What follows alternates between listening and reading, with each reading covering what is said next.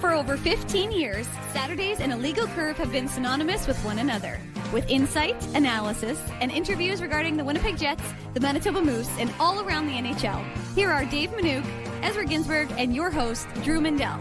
The Illegal Curve Hockey Show, presented by Play Now, the official sports betting partner of the Winnipeg Jets, starts now. Show number 3 within the last 21 hours starts now. Good morning, Winnipeg. Good morning, Manitoba. And for all those joining us live this morning on our YouTube channel and all of our social media platforms, we say good morning, universe, and welcome to the Illegal Curve Hockey Show with Dave Manouk, with Ezra Ginsburg. I'm your host, Drew Mindell, here to celebrate the color red, apparently. We celebrated the color navy on yesterday afternoon's Illegal Curve special edition, live from City Place. Today, it's Red Shirt Day for Valentine's Day, as Snackatoba just said in the chat. Gentlemen, great to see you again on this Saturday morning. Good morning. Looking forward to the next couple of hours, and then I'm looking forward to not talking to either of you for the following 2 weeks. Next week, we're going to do Purple Boys. Yeah, I mean, No a lot of next shows week. in a short amount of time, but, I mean, that's what it's all about. Love doing the pregame show, and obviously folks are loving the pregame show, wishing that we could do it all the time, but our significant others wouldn't appreciate that. But 8 wins in a row, boys. Unbelievable. Lots to talk about, only good things to talk about, because this Jets team just won't lose, boys. Looked like maybe they were in danger of losing a game last night, but they obviously came back and had a huge second period. So let's ready. I'm fired up. Let's go. I like it there, Dave. Good morning to you too, sir. You know, this Winnipeg Jets team, as he mentioned, 8 wins in a row to head into the Four Nations break, which, of course, for the Jets and I believe the Colorado Avalanche started after last night's games. Other teams still in action. Lots of games today on a busy Saturday in the NHL, and a couple teams play tomorrow as well. Montreal, of course, always plays their traditional Saturday afternoon, Sunday afternoon home games right before the Super Bowl, and then the entire league will get off to the break. But the Winnipeg Jets continue just to be atop the Western Conference, atop the league, and with obviously Washington still having the bit of the edge in the points percentage, but all good from the Winnipeg Jets perspective for a well-deserved couple weeks off. Of course, the question is, will Mark Scheifele jump on a plane, or has he been asked to wait till Monday? And I guess time will tell on that front as well, Dave. Sure, and just a little bit of Jets news before we get rolling. Brad Lambert, Parker Ford have been reassigned to the Moose. No surprise there. And while you guys were doing your little chit-chat, I was sending one lucky Moose fan 4 tickets in the Illegal Curve Zone. So those have been given away for today's game. But don't fret, my friends, because we have more tickets to give away for tomorrow's game. And then for the games this week. And then for the games next week. So if you want to go to the Moose, see the Jets of tomorrow, tomorrow, we can hook you up. But Can't wait for those pierogies today, Dave. Oh, I know, Des. You're probably already you're gonna be cooking them in the car on your way home. But Are they going to be potato and cheddar? That's my favorite. I believe they were. In past, Drew they've been potato and cheddar. Yeah. Do you? Now, the question I have for you is: are you bringing an air fryer with you to the game and just plugging it in the concourse? So I have a little mobile one that I Can just you imagine, like you're walking along and all of a sudden you see like Ezzy in the corner, like looking for a plug, trying to find a place where you can put it in an air fryer. But look, it's been a phenomenal week, and just a little teaser. Connor Harabchak, who does his next day thoughts, usually does 2-3 next day thoughts. Ezzy, he gave you guys 8 next day thoughts from not just last night's game, but because of course the Jets have 8 wins in a row. So he's going to give you plenty to read about after the show is over. And there, as he's right, there's a lot to celebrate. I mean, this team has continued to show resiliency, has continued to show consistency.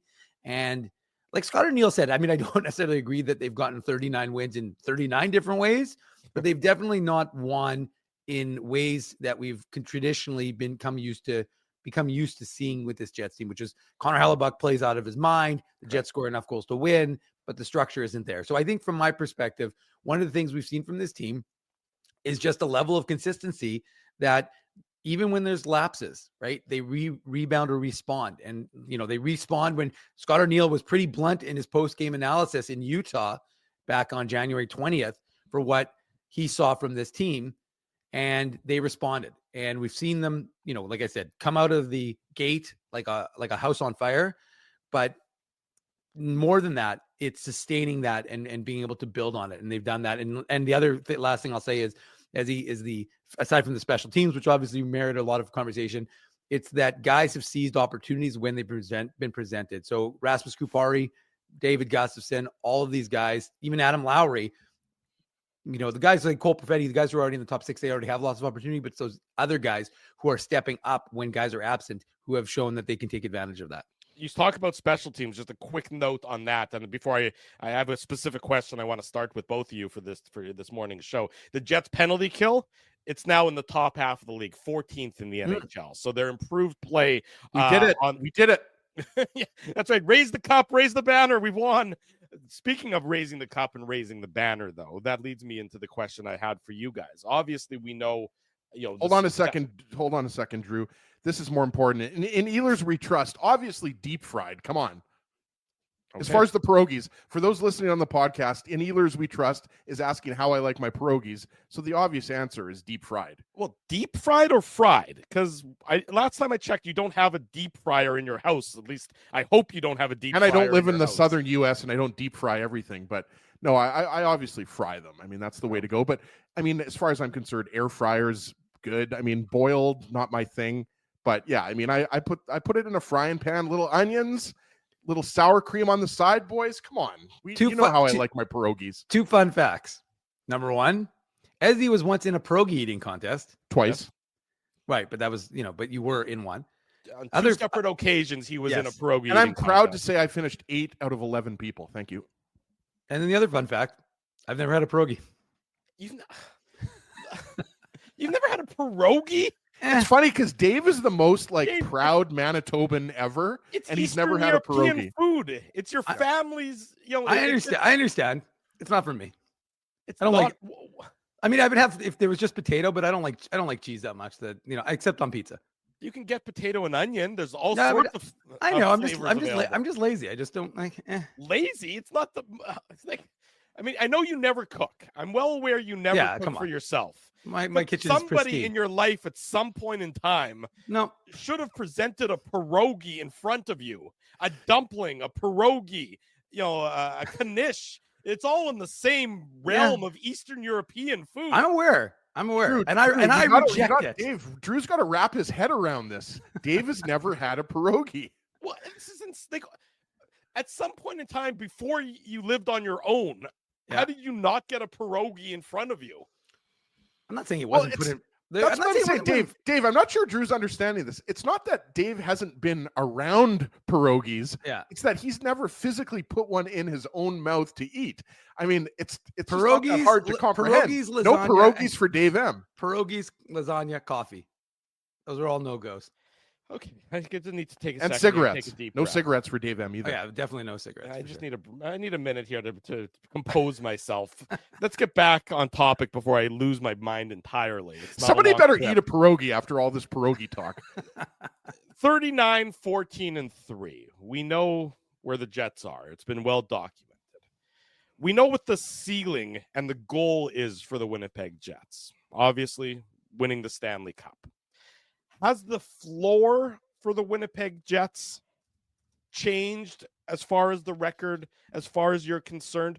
Where do the Jets have to get in the playoffs for this to be not considered a disappointing season? I like it, Drew. The big questions, the hard-hitting questions. That's what I wanted. Well, the reality is, guys, I mean, the Jets are in first place in the entire league, division, conference.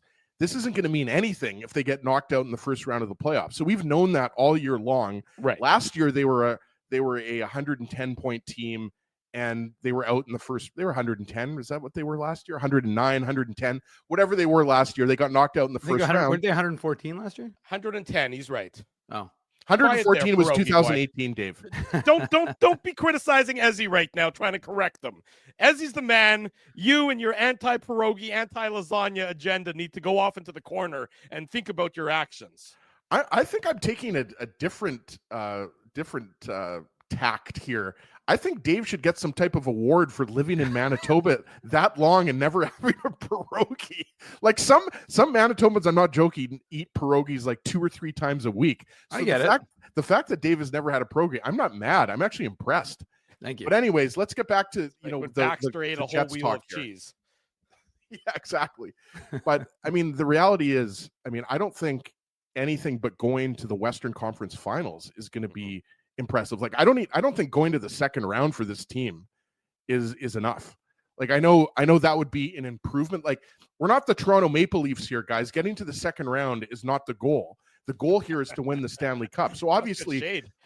you know what? I mean, the Leafs deserve it. I know Jets fans will have no problem giving it to Leafs fans, right? But I mean, this team, I think, is built for the playoffs, built for a long playoff run. And obviously, guys, none of us have a crystal ball last time I checked. So we have no idea.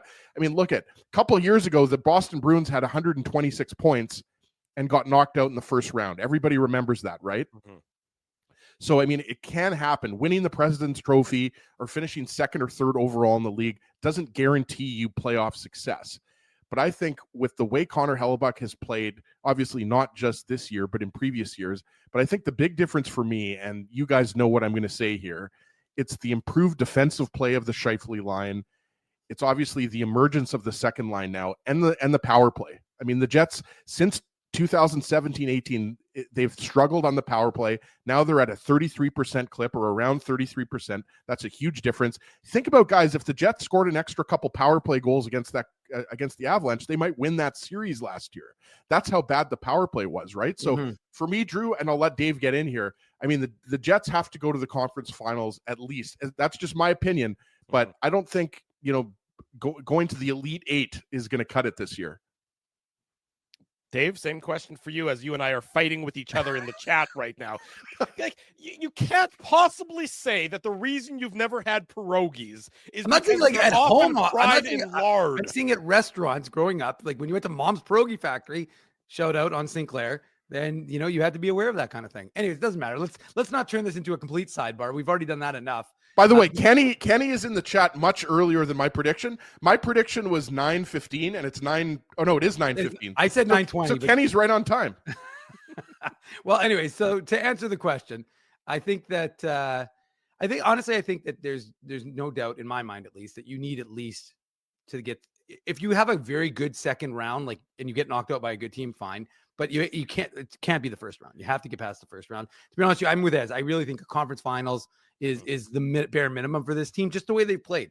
There's really no reason to expect this team to take a step back. Obviously, we don't know what's going to happen with this break, and how that changes or impacts the momentum. But I really suspect you're going to see a team that takes maybe a week off.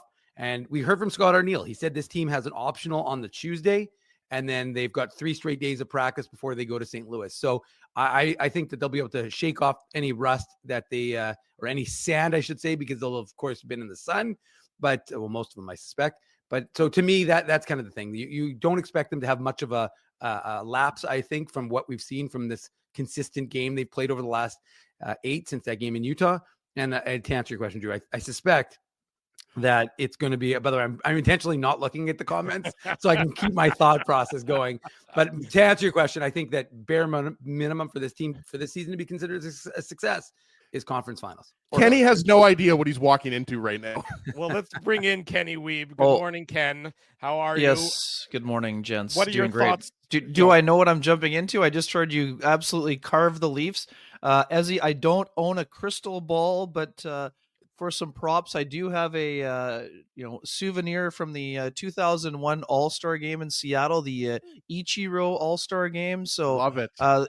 It's not as cloudy as my crystal ball, but I thought I would bring it on just for the Hall of Fame's sake this year. Are you the one voter who didn't vote for Ichiro? I don't have a vote. You're coming out and saying? No, I don't have a vote. But what I would tell you is, having watched Ichiro's batting practice at that said All-Star game at what was Safeco Field, I mean, the guy he probably could have chased Bond's home run record if he wanted to, but chose to be a singles and doubles hitter. So one of the great one of the great players of all time, even though most of his time was spent in Japan. But my favorite part of the Ichiro experience, guys, like this is peak Ichiro, like pretending he didn't know English, like back to the media at his stall. Like it was, just starting out in the business. I was, what is happening here? I'm like, what is wrong with this guy? I understand, there's some things happening maybe culturally, but the whole, he's in a black leather chair, like his back to the media. It was just one of the most bizarro land things I've seen in the quarter century in the business. But happy to have been on site to see the mayhem. But I'm enjoying the intensity early on, guys. I'm enjoying it, and that's why I'm here. Why else would I be here? Well, I assume you're here to talk about pierogies. Now, how do you feel about pierogies? Oh, I mean, love pierogies. I mean, they were called, you probably Mennonite, joined a little bit too late. Dave has never Sorry, had a pierogi in his Oh, life. David, we'll get you down to Altona for a little Veronica. It's the Mennonite portion of the pierogies, but Exactly. and get you a little schmonfot. It'll be good for you. It'll be good. Speaking of cultural experiences, come on down to Altona, buddy. I've been to Altona before, but I've never had that experience. I know. Well, Kenny, I'm going to be driving to Altona as soon as the show ends just to get that. as he's going to show up at the Weeb residence, he's going to be like, okay, where are these pierogies that I've heard of? Yeah, well, you need a little notice. Hang on, you need a little bit of notice so that then you get the homemade variety, not store bought. I mean, store bought, great quality, but you got to have the full experience, the homemade pierogies. Okay, we've completely derailed the show 20 minutes into it, so that's perfect timing for a good trip to the buffet. Sorry, that's why I'm here, I guess. Yeah, look, the fact that you contributed to the derailing of the show is unusual. Usually the three of us do that on our own, but the fact that you did it is, I think it tells you everybody's in vacation mode. But Kenny's in blue while we're all in red, so he's ready to get us back on track. Why didn't you send me the memo? I mean, I got a little red in the wake up there. If you had showed me, I might have a red shirt somewhere. Kenny, we don't coordinate. We never do. It's just kind of luck of the draw sometimes. All right. Yeah, it just happens to be 2 days in a row now that we were all wearing blue yesterday when we were at City Place, and now we're all wearing red this morning. Kenny, the question I posed to Dave and Ezzy is, given where the Jets are, atop the league, we know the dominance that they've demonstrated through 56 games. The floor for this team, has that changed in your mind? You know that it was always about, the playoffs, and it still is. But what is a successful season from your perspective for the Winnipeg Jets come playoff time? Yeah, I mean, it's a great question, and I'll have a better answer for you in about 26 games when we know what the competition is going to be looking like. But I mean, back to the crystal ball, I mean, this is a team that can't be bounced in the first round. I mean, this is very simple. We talk all year about lessons learned and what's different. And yes, the vibes seem different, and maybe that there's a little bit of recency bias in previous years. But I mean, as someone who's around the team almost daily, there is a different feeling around this group. And I do think, and I understand the folks that are reluctant or skeptical, how come they haven't learned the lessons yet? But I mean, I'm here to tell you that sometimes, we always talk about it's not a linear path for prospects and development. It's the same for teams who are trying to win. And my best example of this is the 2022 Colorado Avalanche, because I was there. I covered the second round remotely. I covered the third round in person in Denver and Edmonton, and I covered the Stanley Cup final from front to back in Colorado and Denver. And that series featured one team that had won twice and was there for a third time, who only, a year or two previous to that time had figured out that, it doesn't matter if we're only skilled. If you can't defend, you cannot win. And when the torch was passed from Tampa to Colorado, the team that had previously been unable to get past the second round for the very same reasons it took Tampa a few extra years to actually win consecutive titles and make a third Stanley Cup, once they committed to defending fully, surprise, surprise, they knocked off a two-time champion. Yes, they had high-end skill, but they did it through their ability to defend, and then with some of the other qualities that we've been talking about the Jets all year long. Very good goaltending. Again, I'm not saying Darcy Kemper is in Connor Hellebuck's class when it comes to regular season goaltending, but got the job done, right? 9-10, whatever the goals or whatever the save percentage was, it was solid. They had a defense core that had a nice combination of skill and sandpaper. Getting Josh Manson was the missing piece for that defense core, but they also had some shrewd maneuvering with getting Devon Taves for the 2 seconds. Sam Girard, I think, was hurt for part of that deal, so he wasn't even part of that Stanley Cup. But they managed to do a good job of making it work. And guys, that was a homegrown group. When I'm on the ice taking photos in the mayhem that's ensuing, there's 5 guys that were on the worst team in modern day history. And you know what happens when you lose a lot together? You get sick of losing, right? So, I mean, if you're a member of the Winnipeg Jets core group, do you not think that they're tired of going home in April? Absolutely they are. So, I mean, you learn your lessons at different stages in your career. To me, again, I'm not saying the Jets are the 2022 Avalanche. What I'm saying is they've got a lot of painful bumps and bruises and scar tissue that is similar to what they had. Now, in order to win 16, a lot of things have to go right for you.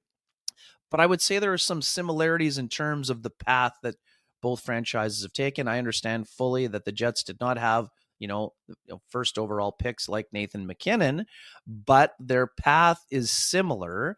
And I also see similarities in terms of how Scott Arniel is handling this group compared to how Jared Bednar handled the group on the way up. Not afraid to talk about past failures, but leaning into the successes and lessons learned while also pushing the group with high expectations. So that's why I think it's important in terms of whether it's, conference final. Does making the conference final make it hurt less when you go home and get knocked out? I mean, that's up for debate. But I would say that, it would be unacceptable to be bounced in the first round. But I'm also here to tell you that the Jets could play great and run into a steamroller or get goalied or any of those things. And we'd be standing here saying, oh man, I mean, was that a good season or not? I mean, you can't take anything away from what the Jets are doing now. But the tough part about that discussion is without winning that silver trophy at the end of the season, there's always going to be some sense of disappointment. And Scott Arniel knows this. I mean, from being in the final against Davis Payne's LA Kings, Rangers had a great year that year. Was it a letdown that they lost in the final? Of course it was. Does it make it a lost season? No, but it does. There's no participation ribbons. You can hang a banner in your arena, but those are empty calorie banners, guys. I'm here to tell you that, that is still an accomplishment to win the conference.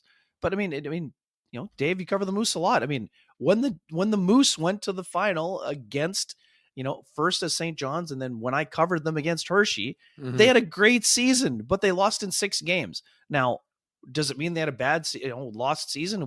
Didn't accomplish their goal? No, it was still a great season that provided a lot of highs and, some lows. They graduated a bunch of NHL players from that team.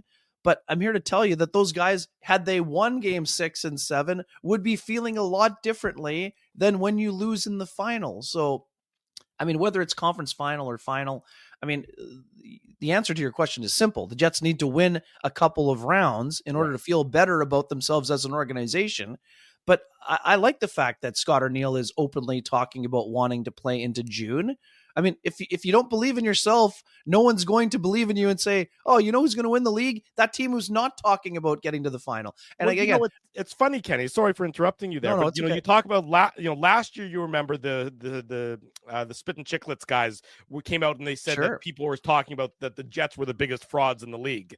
You don't hear that same tone. You don't hear that same conversation at all this year. The word fraud hasn't been bandied about with regard to this Winnipeg Jets team, despite, similar to last year, having a really strong regular season.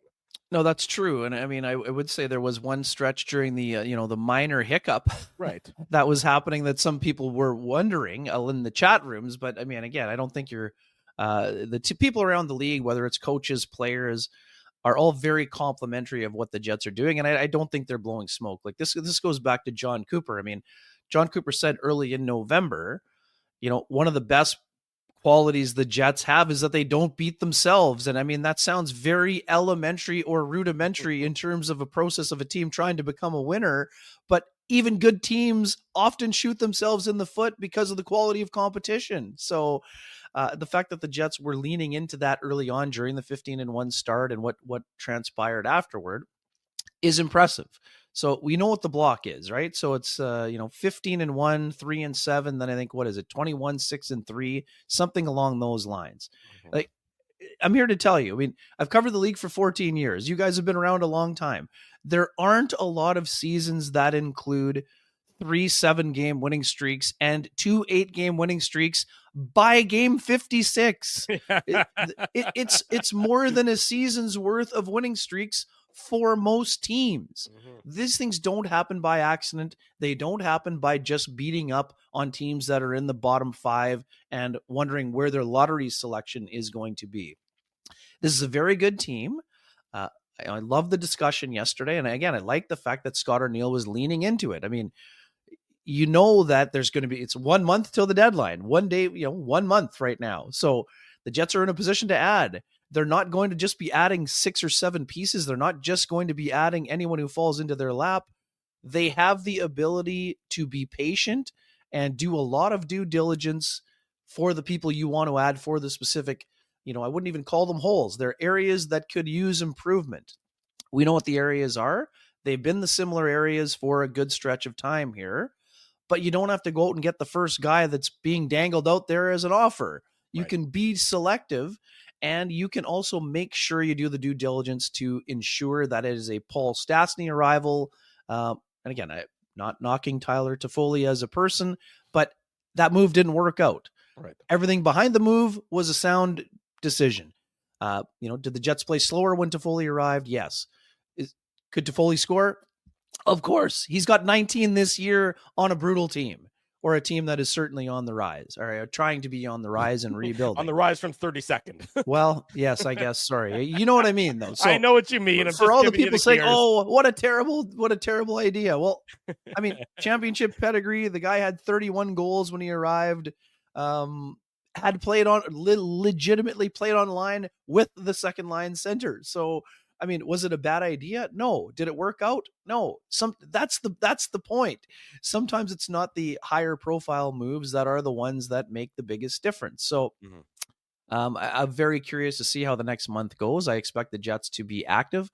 I don't expect them to replace a ton of players. I would say that in the last 2 weeks, guys, a couple major developments. And this isn't just 2 weeks for Perfetti, but Perfetti's ability to put that slump in the rearview mirror and do things, not just eyes behind your head, backhand passes that are in before the goalie turns his shoulder. I'm talking about the little things along winning board battles, doing things like that, getting your pace up, getting to the hard areas against teams that have big defense cores like the Carolina Hurricanes, like the Washington Capitals, like the New York Islanders, even though 2/3 of their defense core was either in the minors or not on their team 2 or 3 weeks ago. But teams that are hard to play against, Cole is not kind of vanishing into the periphery. So that's a huge development. Vladislav Nemestikov went through a stretch where it was a tough go. There's no way around it. Wasn't producing offense. Obviously was banged up and battling through something. Now he's got his offensive game going. And again, all of a sudden, when that top line and the second line are both going offensively, that makes the Jets a far more dangerous team, especially when you look at how the third line is playing in spite of being without Adam Lowry, and how the fourth line just happened to provide a highlight reel goal where Alex Iafallo dragged Bo Horvat for a zone and a half before going roof daddy with a shot where it didn't even look like he'd get a shot off to begin with. So that's why it was our Seagram shot of the game last night. There you go. Nice choice. Nice choice. Yeah, so I mean, it's super interesting. Do I think the Jets are a better team if Vladislav Nemestikov's the 4C instead of the 2C? Of course I do, but you better make the right decision. And the other part of the equation, we saw it last night. Brock Nelson is now on a team that is within, spitting distance of a playoff spot. So historically, what that means for Lou Lamoriello teams is that you're not selling your UFAs, and it's far more likely that Brock Nelson extends than he becomes the Jets' second line center. So if that guy's not on the board, where are you going? Because, I mean, Ezzy, to your point about the Leafs, they deserve it. But guess what? Leafs are shopping in the exact same aisle as the Jets are, both on the back end and probably up front, even though they're saying they're looking for a 3C because Tavares is having a great year. But it's a similar deal as Winnipeg. Lowry, 2, 3C, 3C, whatever you want to call it, middle six center. So, and there's tons of teams like that around the league. Colorado, Minnesota, probably. I mean, that's what makes it so interesting. Does that mean you either overpay early to get the preemptive strike like Sean Monahan, or you wait until the last second? You may risk not having the player you want, but you also might open the door to someone like a Paul Stastny who's not on the market until 48 hours before the deadline is over. And the benefit the Jets have compared to most teams, they've got a little bit more wiggle room when it comes to salary cap and ability to absorb. And again, I'm not saying they're buying an $8 million player. What I am saying, though, is that they have the ability to buy a higher end player if they so choose. But they also may be just looking for a little bit of grit and sandpaper that can also score. Elliot Friedman mentioned a little bit of length. So maybe you're looking at a third pairing guy that can augment the pairing or, provide a little bit of a safety valve. I mean, Colin Miller, I think, has played pretty well, but you may need more than one guy that can play in that slot in the playoffs. We know that the Jets have often gone 8, 9, and 10 deep on the back end when they go on a run. Well, they've only gone on one lengthy run, but my point is well taken here by you guys, I'm sure. Okay, Kenny, have a glass of water. That was an epic... Where are the crab legs, Ezzy? Did you bring the crab legs that I requested? Yeah, and make the sure you Béarnaise get sauce some at the back. Pick up some napkin ready pierogies. for We know the Dave M isn't buffet going to pick here. it. Yeah. Drew's got his napkin, so Drew's probably going to start eating something. But I love it. I'm going to hold off, Kenny, on asking you. Oh, don't hold off. Just no, fire away, I'm going to hold off on away. this year. I was going to ask you who's going to be this year's Par Lindholm, but you just mentioned, the last couple of weeks. How about Bogdan Kistelevich? Don't disrespect the Bogdan. Yeah, that's a good one too. Yeah, I should have gone with that one. But I mean, clearly, Kenny, you touched on how good the second line has been recently. Cole Perfetti, obviously, a huge part of that. And that was going to be my question. During this 8-game winning streak, has anything significant changed for you in terms of your thought process in regards to what the Jets could do at the trade deadline? Because you mentioned it. Everybody knows that, the Jets most likely are looking for that 2C or a top 4 or top 6 defenseman. But like, has anything changed for you? Because for me, I'm looking at the way that second line has played, and yes, Nemesnikov's not huge, Perfetti's not huge. I realize that some people would like more size on the second line or some more size on the defense, but maybe the Jets don't need to add a second line center and they can still be successful in the playoffs. But what's your take?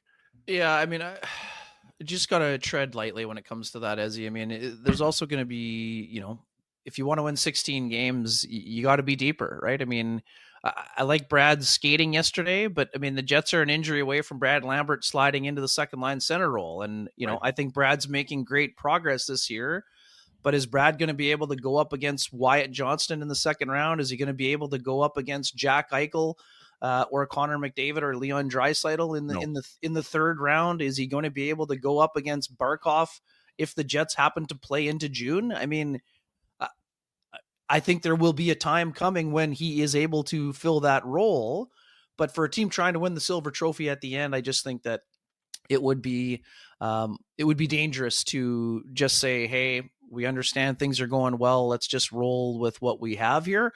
And hey, some teams have done that. Some of the years, sometimes the big moves are made in the off season. St. Louis is a great example. The year they got on their hot streak, although people were offered up on January 1st or December. They didn't make a big ad. I mean, they looked internally, and I understand that part of the thinking. So that's why I still think that you can be very specific in what you're targeting. But I do think that still, if the Jets want to win 4 rounds, I still think they need to upgrade at 2C or whatever number you want to use. And then you still need to upgrade at least the third pairing. I would say that the return of Dylan Sandberg has stabilized Neil Pionk, although, I mean, you guys know my feelings that it was a rough outing for that pairing last night. Mhm. But the majority of their nights have been very good together. So I'm not here saying, oh, they had one bad game, you better go out and get a second pairing defenseman. But I mean, I am saying that, would the Jets be better if they got a third pairing guy that could slide up into the second pairing? If someone happens to be off their game, of course you're going to be better like that. But I mean, most teams don't have the luxury of having a defense core like the Vegas Golden Knights that have a seventh defenseman that could be a fifth or sixth defenseman on most other teams in Ben Hutton. I mean, we saw it, guys, a couple of years ago. They swapped out their second pairing for Pahal, and Hutton came in, and you barely noticed that there was a change in the lineup. Mm-hmm. And again, that's not a knock on the second pairing guys they have, but it means they have other guys in the fold that are ready to go in. So I think the needs are the same. I mean, people ask me this all the time. I mean, you're still looking for, and if you want to get really specific, you might want to add a penalty killer with some length, like a Colton Sissons. I mean, it's a guy that Jason Bukala mentioned this week in one of his pieces. It's a guy that I've thought about a lot. I mean, the Jets, I mean, I still wonder sometimes if the Jets had drafted Colton Sissons instead of Lucas Sutter. And again, this is not trying to go, Lucas Sutter. We haven't had a Lucas Sutter reference in a long time. I know, but that's the 2012 draft. So in the second round, I believe. So anyways, just it was something that, I mean, I know they passed over him at the time, but I mean, he was more of an offensive player then. Now he's more of a, hard-nosed, great penalty killer, shot blocker. I believe he was on the team when they went to the final also. So for me, something like that can make some sense. But I mean, given how well Gustafsson and Kupari are playing, I'm not saying they're shopping in that aisle, but I'm not surprised if that's something that they're looking for. And again, right shot guy who can play some center, right? So, or take some draws. So those are the sort of things that I'm sort of looking at. Whether it's an Alexiak who is playing on your second or third pairing, depending on the matchup. I mean, what we know is that, past behavior, often a predictor of future behavior. So it means it's much more likely they're going after guys they've targeted before or had on their radar. Luke Shen, to me, makes sense. Yep. Championship pedigree, one more year on the deal. I mean, again, it may be a little bit of a different, maybe Robert Bortuzzo. I mean, he maybe isn't having as good a year. He's been hurt. Utah has an excess of blue liners on the right side, something like that. But again, would Bortuzzo play every game? No, but could he and Colin Miller split the duties on the right side on the third pair? Absolutely. Bortuzzo, we thought eating Patrick Laine one-timers on the penalty kill. I mean, that was 2019, but I mean, that's the kind of player, hard-nosed, gritty. I mean, would the Jets prefer Luke Shen? Probably, but the other guy's 775 and the other guy has one more year, I think, at 3 and change. So you also have to know what's available. And man, I mean, Nashville, 18 points out of the playoffs, guys. I mean, nobody had that. Nobody had that on their bingo card. Ken. And they lost to Chicago last night for Pete's sake. I mean, it's not like there's a push coming here. This is, I mean, it's wave the white flag time in Nashville. Just an awful season there. Very strange, and that's what I'm saying. So some of the seller candidates are becoming clear, even though there are still some races happening. And yes, if you're within 5 points, you feel like you have a chance, but you're also kind of got to be realistic. Now you're trying to leapfrog 4 or 5 teams. This is not a simple place to be in. So we saw Calgary made a trade for the present and the future. So I mean, what we know about Utah, guys, they've got a lot of draft picks and prospects. You know what they need more of? Really good NHL players that are willing to defend. So, I mean, they might even be in competition for some of the players that some of these contenders are looking at. But, I mean, for the time being, as I think, even though the Jets are playing great and you don't have to, there aren't a ton of holes, I still think they have to augment the roster in the areas. I think they're being realistic with themselves. They know they have a great group, but if you want to be an elite group, you probably still need to add. And we know the players that will have their roles bumped slightly or ice time bumped, like Vladislav Nemestikov, most likely. He is doing that with open arms previously, and he will do it again because you know what he wants? He wants to put a ring on his finger because he's been a hockey nomad and played in a ton of different spots. He understands the value, and he knows it's just as important for a fourth line player that can be a hero as it is for a second line player, even though that line is rolling right now. Saturday morning, Ken Wiebe is our guest here on the Illegal Curve Hockey Show. It's presented by Play Now. Here, just a few minutes ago, is a tweet from Darren Dreger. Not shocking news in here, but I'll read the tweet in its entirety. With a full slate of games today and 2 more tomorrow, including Tampa Bay, it's believed that Winnipeg Jets star Mark Scheifele has been placed on alert by Team Canada in the event of another injury or Sidney Crosby not being ready for the Four Nations face-off. So that coming out from Dreger about 5 minutes ago. Dreger bomb, Kenny. Well, I hope. I mean, Arneal told us that yesterday morning. But, I mean, right. But yes, but I mean, this is full confirmation from Hockey Canada brass for sure. But and not a surprise to any of us. Not surprising. Standing here. I mean, it's the only surprise is that he wasn't on the team to begin with, which again Scott Arneal reiterated when asked about it. So. They haven't named a replacement for Pietrangelo yet, have they? Well, it's Doughty. We're on Doughty watch here, guys. I mean, is it Doughty watch? Yeah, not McKenzie, eh? Yeah. Well, no, I'm not saying it's not going to be Weegar. I mean, I believe the thought process is if Drew Doughty was able to get himself up to speed.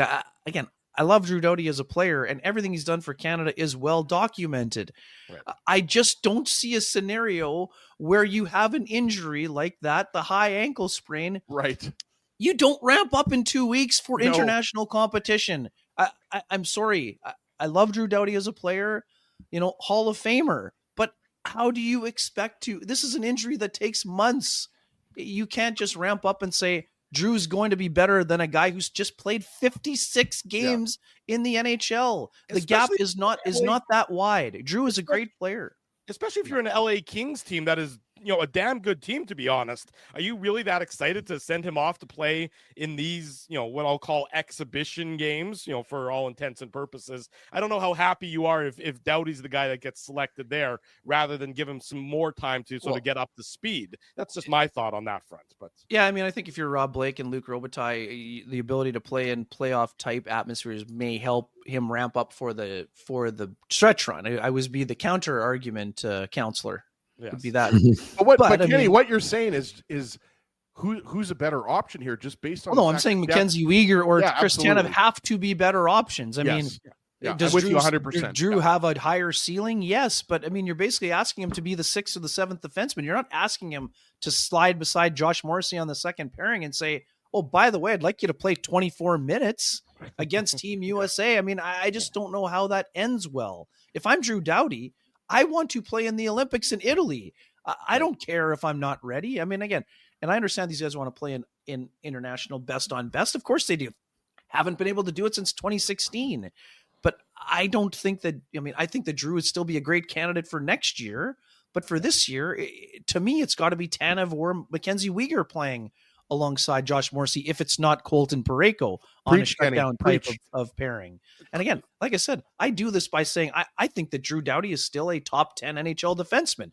I just don't think he's a top 10 NHL defenseman after missing 55 games with the type of injury he's had. You're almost asking him to be a superhero. Like, it's just he doesn't have that ability to just turn it on after suffering that type of injury, right? Well, he can be a superhero, but he has to be bionic, man. You have to basically put a robotic ankle on him in order for it to be working and for him to be up to speed. I mean, we talk about this all the time. And guys, I'm someone who's familiar with the healthy scratch when I was playing Canadian college hockey. So you can't be in game shape without playing games, no matter how many bag skates you have had to try to keep yourself ready. So, and again, Drew Doughty is a great defenseman, but Drew Doughty, in this case, at let's say 80%, is not better than 100% of McKenzie Weegar or Chris Tanev or Brandon Montour, who just won a Stanley Cup and is a mobile, high-end defenseman, much like Drew Doughty, right? So I just don't think that Canada, I understand why they're waiting. I just don't know that you can sit in the room, whether you're the coaching staff or you're the management team, and say this is the best option. And hey, if Drew Doughty comes in 2 weeks and is a great defenseman beside Josh Morrissey in a gold medal or whatever we're talking about, championship outing against one of USA, Finland, or Sweden, I'll be happy to come back on the show and say, good job, Drew Doughty. I just don't think it's very likely for that to be the case. given the circumstances we're dealing with here. So And sorry, Kenny, don't be too hard on yourself. You popped in 8 goals for the Winkler Flyers, okay? So easy now. don't make me bring My that up. best goal I had 16, Ezzy. You better go to Elite Prospect Okay. instead Sorry. of Hockey DB. Come on now. Haven't you petitioned to have that updated, Kenny? I thought you filed some paperwork to that effect. Stephen Wino just told me that that he has a direct line, so we're going to do our best to get those days. But hey, boys, I was a checking forward. I say it all the time. These hands were made for typing, not scoring. So that's why we are where we are. And that upper lip was not made for a mustache. I can tell you that for sure as well. That is also confirmed. Hashtag confirmed. Kenny, not only was it confirmed by Eric Comrie, which was very entertaining in the subject of conversation here on the Illegal Curve post-game show, but I liked how Scott Arniel started his post-game media availability yesterday, looking at you and saying, "Oh, no mustache anymore." So I've got a lot of tips, David, and and I've been encouraged, and they were right. Both Eric Comrie and Adam Lowry were questioning my life choices by not having a full cage on previously, and that full cage has been purchased and put on the helmet and was used this week once already. So happy to say I'm a member of the Bird Cage Brigade moving forward. Got to protect the face. It's an important piece of business, as it turns out. There you go. Well, Kenny, you got to protect the face. You got to protect the house, and the Jets protecting the house have been very good in terms of their PK. Because one of the things we've talked about special teams a lot, and everybody knows how good this power play is. There's no point really even talking about it anymore because we've had extensive conversations throughout the course of the year. But one of the areas that we've talked about the Jets needed to improve in was their penalty kill. We didn't think you need to be a top 5, but you need to be close to that top 10 to have a real effective penalty kill throughout the course of the regular season and of course into the playoffs. What's impressive, though, to me is the fact that the Jets have been able to do this, see this improvement, and as Drew said at the start of the show, have climbed into the top 15 of the NHL. They've done it without Adam Lowry for the last 8 games. So what are you seeing from the power kill, as we heard Christian would talk about it? But what are you seeing in terms of their use of the players and how they've kind of adapted and become a little bit better than what we saw earlier in the year? Well, I've meant to run the numbers, and between the two of us, we should probably be able to put our heads together here. But I mean, when Dylan Samberg was in the lineup for the first 23 games, the Jets were first in the top 5, then in the top 10. And after he departed, they dropped into the bottom third. And I'm not just saying this is a one-man show, but when Samberg and Lowry together were both in the lineup, I believe the Jets were a top 10 penalty kill for the majority of that time. And this wasn't just small sample size special. Like, this is 23 games, and then the games where Samberg has been back, their penalty kill has been much improved. And the fact that they've sustained that without Lowry in the 8-game winning streak, to me, is incredibly impressive. Now, it also reinforces, we've talked about depth all year long, guys, right? So you can put in, Dave, you saw this, David Gustafsson was probably an elite penalty killer at the American League level. Yep. And it took him a while to finally kick down the door and get some reps in, whether it was face-off related or whatever you want to talk about. And I mean, Kupari, yes, it starts with face-offs, but he's come in and done a nice job. So long-winded way of saying, and this isn't as long-winded as other buffet stops, their ability to hit the pressure points at the right time is what has made them a little bit more successful. Now, I wouldn't point to the third power play in the third period as a great example of that, when they gave up, I think, 8 shots and 1 off the crossbar. That was a little too passive for me. They got stranded out on the ice a little bit too long in the defensive zone and got gassed. So there were not a lot of pressure points being attacked. But what I am seeing is a lot more cohesion. And again, goaltender has to be your best penalty killer, but in order for that to happen, you need better box outs. You need to be able to keep the front of the net clean so that there's not as many deflection goals, something we talked about, ad nauseum in that series against the Colorado Avalanche last April. So they're doing a better job on the bottom side with the D, and the forwards are doing a better job of being in shot lanes and attacking, when a player, curls ever so slightly, or if his stick angle is, to the point where you can attack them. So, they're not a wild attack team like some of the other really, we heard Scott Arniel talk about, Carolina being, I think, one of the biggest pressure teams. Some of them have been passive in terms of how they've attacked the power play, but the Jets power play, but their penalty kill is much more cohesive. And I think they've picked up the concepts from Dean Chanel from the very beginning, but it was the application and the ability to be a little better in front of the net has been a big thing for me. I mean, because hey, Connor Hellebuyck is having a superhuman season, but I saw somebody point out one of the stats is his 5-on-4 save percentages is kind of.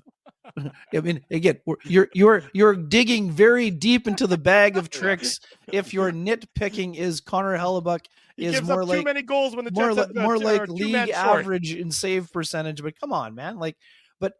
So, I mean, again, if you're in opposition, you're trying to find whatever. There aren't a lot of advantages to be had, so you better be looking under the rocks for whatever they are. But, anyways, that's not a knock on Hellebuyck. It's a reminder that the team needs to do a better job when it comes to that facet of the game, because it's something that has hurt them previously in the playoffs when it counts. So, I mean, sorry, the penalty kill has been much improved, but I also think that I think it's important that we don't forget that it was actually quite good out of the gate, which was maybe a little bit of a surprise because it was a bit of a change in terms of philosophy. So, but because the penalty or the power play has been so good from the very beginning and kind of operating at historic levels, the penalty kill has always had that, on the report card has said needs improvement. But I think if we're looking a little bit more at the underlying things and when they've had their bodies and their key cogs on the penalty kill, it's actually been pretty darn good as well. So now, 26 more best games. Penalty kill in the league since Samberg returned to the lineup.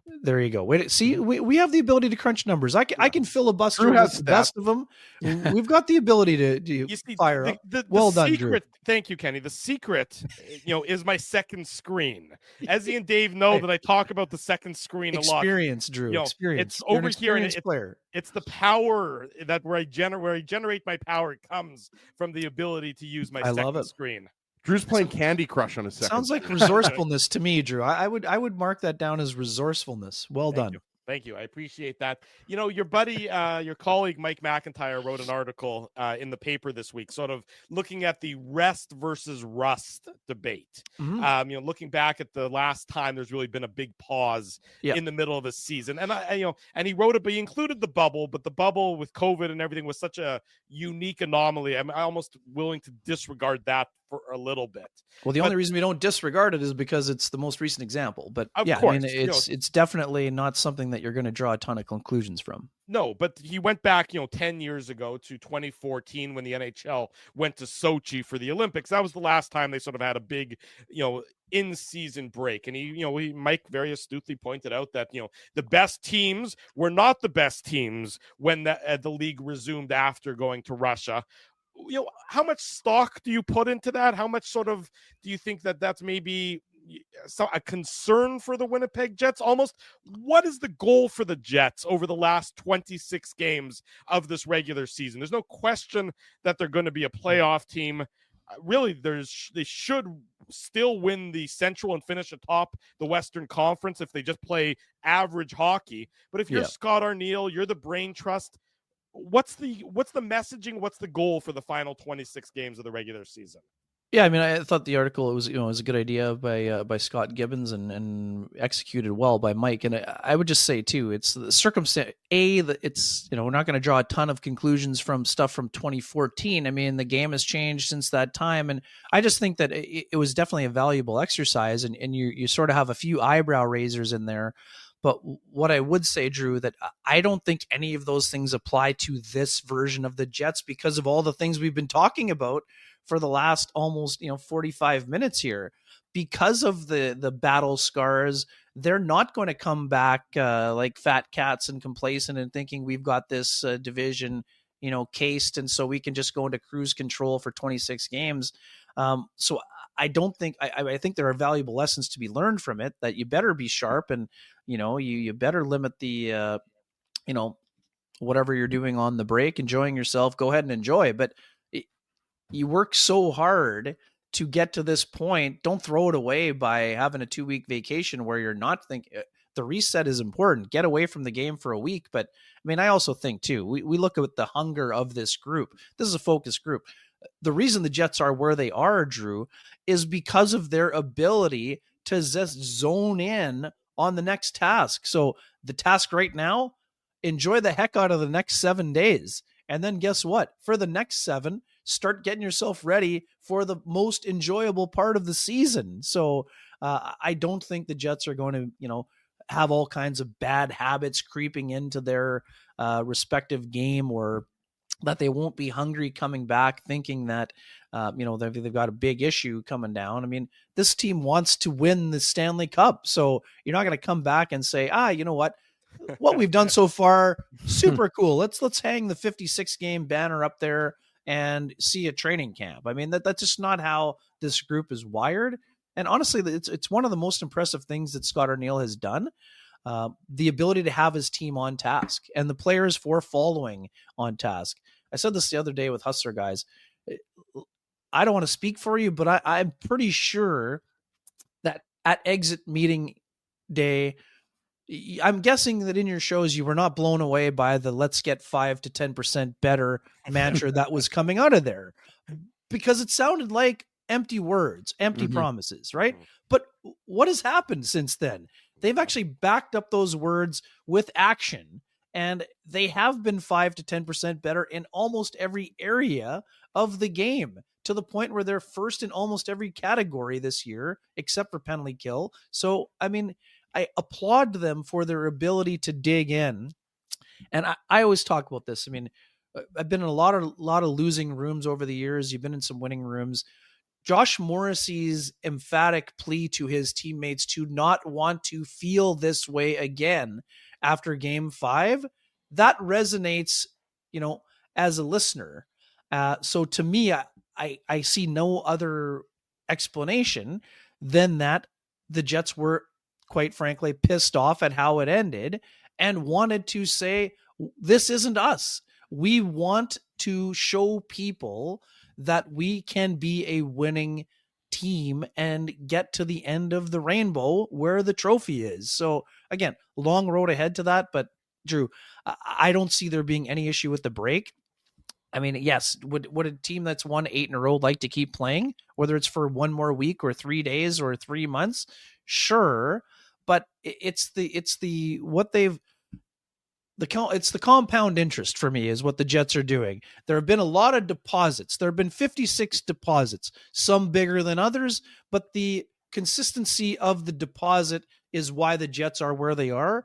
And, they're going to have a 2-week break, and then the deposits are going to start being put in on, February 18th at an optional practice. And then on the 22nd, when there's a game against St. Louis, because the only way you get to achieve your goal is if you keep making the deposits. This is not a lump sum game for the Winnipeg I want to see Jets. Kenny's bank account, because mine is just all withdrawals. I don't have as many deposits as you, Kenny. Yeah, I was not sure that we'd start with Ichiro and end with an economy lecture. That is definitely not my area. Last night, How much deferred salary are you giving away? I've got no deferred salary, but I did have a funny moment last night at the end of the show where the old calculator was not working.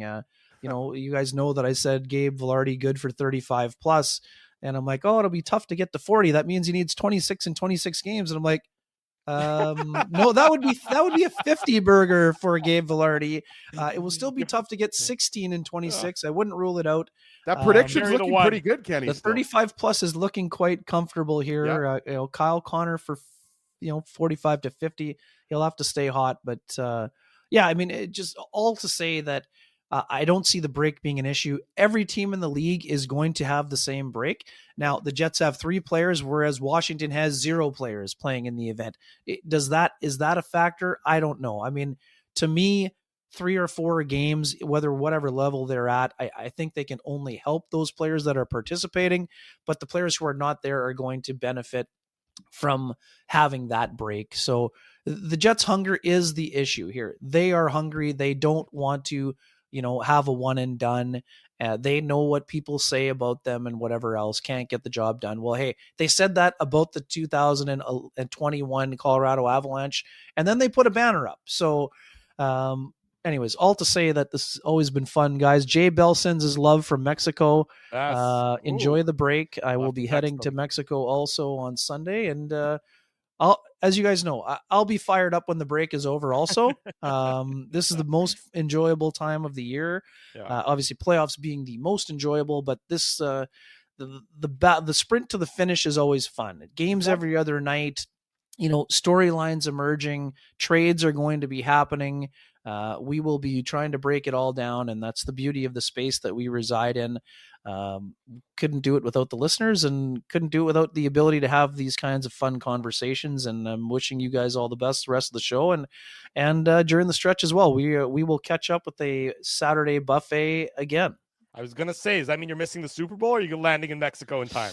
I believe that as long as the bags are out at a relatively decent hour, should be at the hotel by kickoff, I believe. Yes. Philly or KC? As someone who saw the closest thing to a recent dynasty in the NFL and watched it quite closely in New England, I just have a hard time. I won't be surprised if the Eagles win, but I can't in good conscience bet against Mahomes and Reed. I just can't. Now sorry, I mean, this also, I have trouble because of some other scar tissue. I have trouble betting against Steve Spagnuolo, no matter who he's going up against, because he shattered the perfect season. So I'm going to ride with Hustler and the team in red, though I have no horse really in the race. Yeah. Outside of knowing Hustler and Raj and guys who actually care about the Chiefs a lot. I am not in that category, but Kansas City is a great sports town. And, if they want to celebrate one more time, fine. As someone who enjoyed watching the Patriots for a long time, if they don't get the first three-peat, I won't be disappointed. But I have to go with the Chiefs in a tight one, though I do think that, the classic. I mean, and this is not a knock on Saquon.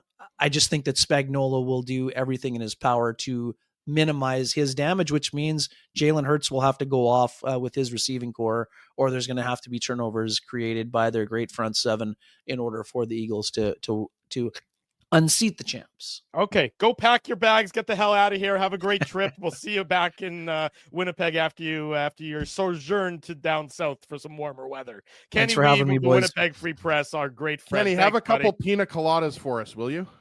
We'll see what I can do. As don't want to overindulge here. Got to be focused for the playoffs. There you go. You can have a couple pierogies there in Mexico instead. Thanks, see you, boys. See you later. Kenny Wiebe, our friend, our guest, always a great trip to the buffet. You knew he was going to arrive early. That was an all-timer, boys. That wasn't just a regular trip to the buffet. That was an all-star trip to the buffet. You knew he was going to arrive early, and you knew he was going to stay late. So that made it a very good trip. He's a wanted house guest. He's not an unwanted house guest. He's a wanted house guest. We're going to take a break, is what we're going to do, and come back with much more. By the way, I have an unwanted house guest downstairs right now. Yes, that's your own problem, your own making, your own doing, Dave. Much more of the Illegal Curve Hockey Show to come. Stay with us on this Saturday morning. We want to thank you for not betting with Play Now and choosing our illegal gambling sites instead. Because we couldn't afford things like this without your money. So much of your money. Now you might have questions like, do our profits benefit your community? No. Or bet with Play Now, Manitoba's local legal and secure gambling site. Dining, entertainment, parking, and convenience, all in one spot. City Place is located in the heart of downtown Winnipeg, attached to the Canada Life Centre. Whether you're working, living, or out for a night in the downtown, make City Place your go-to destination before or after the fun finds you. Lunchtime, game time, anytime, visit City Place at 333 St. Mary Avenue, next to Canada Life Centre. Holt Dental, the new official dentist of Illegal Curve, has a philosophy rooted in two unyielding principles: genuinely caring about patients and providing outstanding service. Being a patient of Holt Dental means more than just checkups and treatments. It's taking the time to listen and talk to each patient so they can achieve the best long-term health, functionality, and aesthetics for their teeth, mouth, and gums. Conveniently located at Grant Park Festival on Taylor Avenue, Holt Dental is dentistry of the highest quality in a comfortable and relaxed environment. For more information, visit holtdental.ca. Oh, and there's plenty of free parking at the front door, too. Celebrating its 40th year as Winnipeg's home for stand-up comedy, Rumors Restaurant and Comedy Club has recently been named Canada's top comedy club and a top 5 comedy club in North America. From birthday parties to date nights to fundraisers and everything in between, Rumors is your destination for the best and most affordable live entertainment Winnipeg has to offer. For more information on upcoming shows, Rumors' incredible promotions, and to purchase tickets, visit rumorscomedyclub.com. So you're a pizza person, you married a wing person, but somehow your kids are salad people. You can't pick your fam, but you can pick your BP meal deal, starting from $18.99 for takeout or delivery at bostonpizza.com. Hour number 2 of the Illegal Curve Hockey Show starts now. Drew Mandel, Dave Minuk, Ezra Ginsburg with you. Not any Jets news aside from Lambert and Parker Ford being sent down to the Manitoba Moose, which Dave mentioned off the top of the show. But the Bombers love making news on Saturday mornings. Last week was Dalton Schoen getting re-signed. This morning, Chris Strevler has re-signed with the Winnipeg Blue Bombers. We know how big of a threat he is in rushing the football from the quarterback position. Less so of a threat when it comes to throwing the actual football, but that's why the Bombers have Zach Collaros in their lineup. Strevler back under center, led the league, the CFL, in rushing touchdowns despite being injured in the Banjo Bowl. So Strevler, number 17, has re-signed with the Winnipeg Blue Bombers. That's huge. Huge. Yeah, it'll be interesting. The Bombers obviously looking to run things back for the most part as they get set to host the Grey Cup next year. They look to get off the losing ways that they've been in. They always get to the game as of late. They need to start to win one. It almost feels like this coming season with the Grey Cup in Winnipeg is sort of the last kick at the can for this core of the Bombers, and they're bringing back the gang one more time to see what they can do. We have to get our tickets, Drew, renew our season ticket relationship. Well, it's been about a dozen or maybe longer than that since we last did that. And so I would say we can go to a game, but we're good otherwise. I mean, let's be honest. You know, a game is fine. We had a great time. I mean, you got sick of having to take my drunk carcass home. But I mean, aside from that, I mean, the first couple of quarters I was sober. Yeah, you were fine. It was a lot of fun. It was a simpler time for both of us. Pre-kids, far fewer responsibilities in our lives. Oh yeah, sure. Now, Drew, you take your son over me. I get it. Don't forget my son and my daughter. I take both of them over you, along with my wife, my dog, the neighbor's kids.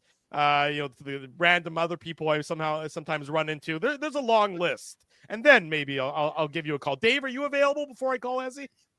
No, Dave's not available. Okay, that U2 concert we went to was a one-time only thing. That was it. In any event, Dave's actually going to be doing a pierogi taste test of all the different types of pierogies. He's going to be busy doing that. So let's get back into the Jets. The pierogi talk. Kevin Woodley, by the way, is going to join us at the bottom of the hour. Talk about goaltending ahead of the Four Nations Cup. Talk about Connor Hellebuyck and his continued excellence, of course, all season long. From the Jets' perspective, we're sitting here. We're about a month away. I guess the trade deadline is it not a month from today, if I'm not mistaken? Is it the 7th, I think? Is it the 7th? Okay, March 7th. I thought it was the 7th, but... Right. You're right. It's the Friday the 7th. So close enough, but, that works out well for us, by the way. Because there's I'm just saying that we have the show the next day, so maybe we'll even do a trade deadline show. Who knows? Well, we'll see if the Jets. We do have that special edition bumper we can always use, Ezzy, so we could do a special edition of the Illegal Curve Hockey Show to talk about the trade deadline if there are any big moves. Jets play that night. They're going to be in New Jersey that night as well. Ezzy will be there as well. Yeah, I'll be there in Newark on the Devils. I'll be in downtown Newark. My dad's texting me. He wants to know if my father and my mother are ahead of you in the pecking order. They are as well. So I just wanted to add them to the list. I apologize for omitting Obviously, them. your parents are way ahead of me. I'm somewhere like 79th or 82nd or I don't know. I'm way down there. I mean, you'd have to go like Drew would go through his high school yearbook and he'd be like, okay, does that guy still live in Winnipeg? I'll give him a call. But yeah, I'm willing to fly people in. They don't have to necessarily live in Winnipeg. I'm willing to fly people in. Flights from Toronto aren't that expensive. Well, you know what? We'll see how far I'm willing to go for this in the event. A month away. You know, we've heard the names. We know Brock Nelson here, and he's the big shiny object that everybody, you know, has a lot of love for as the Jets' second line center. You know, the calculus though, has it changed from your perspective? Is it still the same, second line center? You know, third pairing left side defenseman. We've heard other names get bandied about recently. Brian Dumoulin's name has been out there as of late. Mario Ferraro's name has been out there as of late. Jamie Oleksiak. Yeah. You know, you look at I'd throw in a guy like, I don't know if you guys saw this name out there, but Carson Soucy's a left side defenseman, right? Well, Vancouver has said that Vancouver has said to all the teams in the league that Soucy can be had. Well, they just re-signed Pettersson to what, like a 6-year deal? Yeah, 5-6 year deal. Marcus Pettersson, who they acquired for from New York or from Pittsburgh, pardon me, as part of the JT Miller in the first round pick, and all the machinations thereof. Well, the funny thing, sorry, Drew, I was going to say the funny thing is that Elias Pettersson, the defenseman, has also emerged for the Vancouver Canucks, and he's playing well. So that now they're like, a lot of people were seeing those headlines and they were saying like, Elias Pettersson's a forward. It's like, no, the Canucks have a defenseman named Elias Pettersson. It's like back in the day, there was a, do you guys remember there was a second Peter Sikora? Yes. NHL. I don't know if you guys remember that, but there's also a second Sebastian Aho. I don't know if a lot of people know about on the Islanders. Absolutely. So, I mean, there are players that have the same names. There's only one Dave Minuk, though, that's for sure. But not true, but okay. There's the Dave Minuk who's a realtor. Well, he unfortunately passed away, but yes, Sorry, there was at one time two Dave Minuks in the city. Okay, so there was two Dave Minuks. Sorry, I missed one.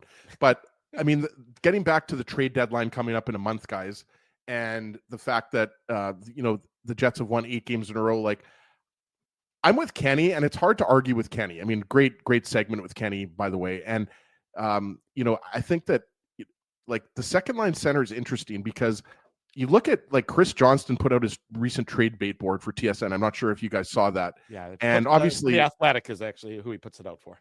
Oh, pardon me, I was looking at TSN, but Athletic, TSN. I know because he works for both, but maybe we can get CJ on the show coming up. They just poach it, Ezzy. They literally just go and they'll like LeBron will write an article for the Athletic and then it's on TSN like 5 minutes later. Kind of like how the Sirius XM News did a conversation with Scott Arniel and then somehow used one of our images. Didn't tell us, didn't ask us, cropped out our logo. They'll be hearing from us. Dave's litigious, folks. Don't get on his bad side. Yeah, I was not happy. But Dave and Drew, talking about like potential options for the Jets, obviously what I was going to mention is Brock Nelson is no surprise, number one on the trade bait board. And, Drew and I were going a little bit back and forth about, whether the Islanders are really in the playoff race. And I'm with Drew. I don't think the Islanders are going to end up making the playoffs. I just think there's too many other teams that they're going to have to leapfrog. But I think that, the Islanders certainly think that they're still a playoff team or can make the playoffs, I should say, right? So I have no idea if he's going to be traded. But for me, Brock Nelson is still the most attractive center on that board because there aren't that many after that, right? Like, sorry, guys, I'm not getting that excited for Nick Bjugstad or Braden Shen. Braden Shen has been a fantastic player over the course of his career. He's got a Stanley Cup.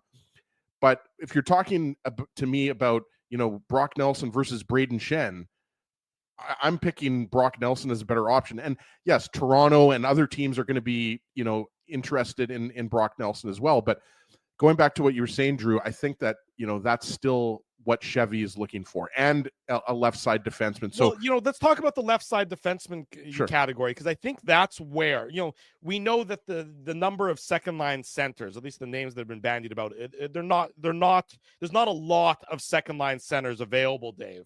But you look at the left side, sort of that third pairing defenseman category, there's a good number that are going to be out there. I'd say it's more of a buyer's market when it comes to, sort of depth left side defenseman than it is a seller's market. You talked about Carson Soucy of Vancouver. He's not a pending UFA, but he's a guy, that he's making $3.25 million. Having a down year for sure in Vancouver. He's having a down year, but $3.25 million is not intolerable for another season on top of it. Because not only is the cap going up, Drew, but the Jets have the cap space this year for that. Right, and they don't have a surefire, left side third pairing defenseman that he would be blocking for another year or anything along those lines. I mean, with all due respect to Logan Stanley and Ville Heinola and everything else, you can say that they're not necessarily if they win a job and they take it away from Susie or somebody else, so be it. But we'll deal with that, cross that bridge when you come to it later on.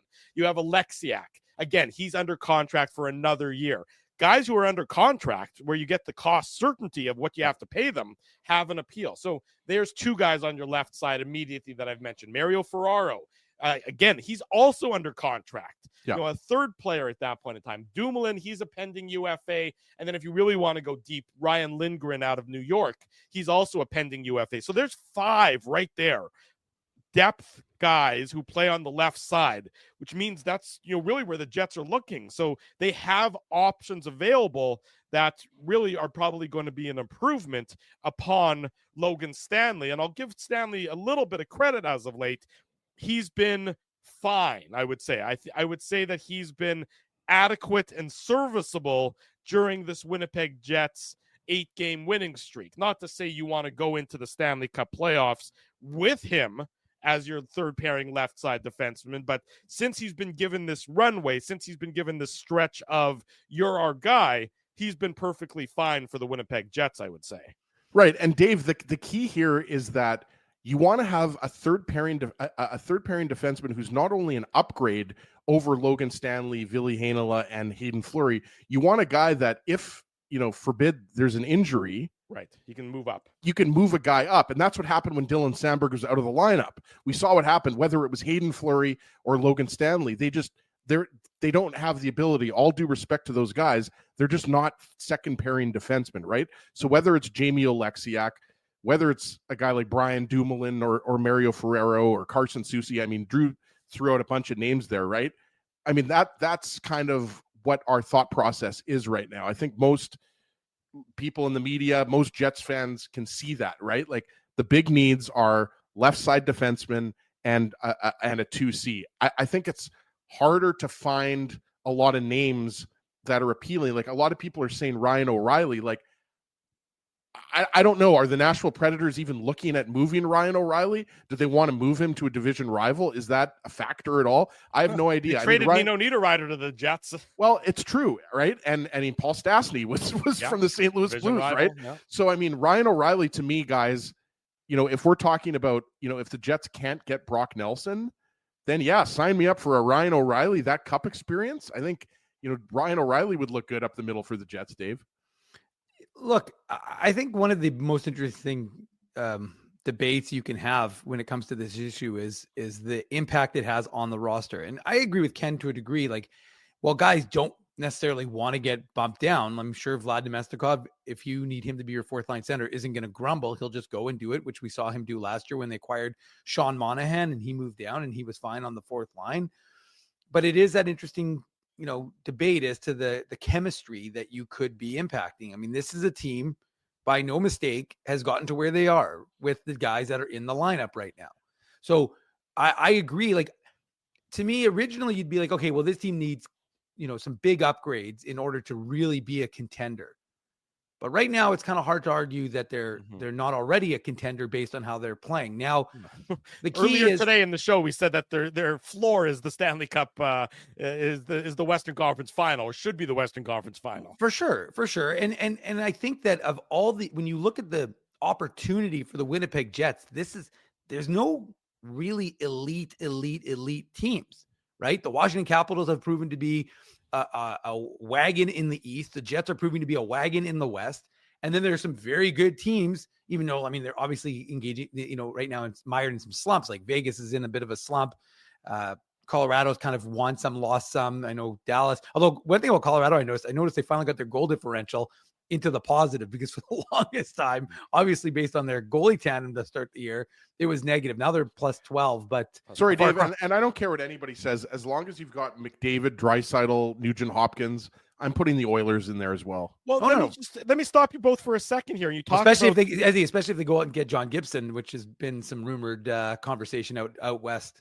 But you look Yep. at the bracket that the Jets are likely to end up in, right? Let's assume the Jets win the West, and of course, which of course would mean they'd win their division. The bracket that they're in, you're going to play the second wild card team, whether that's Vancouver, Calgary, or whomever it is. It's going to be one of those teams. Yeah. Then you're going to play. Obviously Colorado is still, it's going to be one of Dallas, Minnesota, or Colorado. Well, Dallas is going to be without Miro Heiskanen. And even if he comes back for the playoffs, he's not going to be a full strength Miro Heiskanen. We know but hold on, Drew, Dallas can also add a lot. They've got a lot of space right now to add. That's a bad loss for Dallas. I'm with Drew. Losing Heiskanen is huge. How much more are they going to add, Dave? They went out and they got Granlund and they got Ceci. And I know that they can add more. I get that and everything else. But, how much more realistically do you think that they're going to? I don't bet against Jim Nill. Okay, that's fine. That's a fair. He's a bold general manager. I'm with Dave on that one. I mean, his track record is really impressive. good.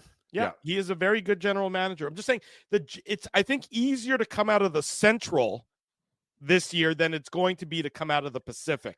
When you look at Edmonton, I think that's also true. Edmonton, Vegas, Los Angeles, those are three damn good teams that are going to, I think you're feeling something. I don't remember when you asked us the question, whether it was last week or the week before, Drew, but I think the question you asked us was, how important is it for the Jets to finish first in the West? And we look at these, you look at the ability to avoid, like with all due respect to Vancouver.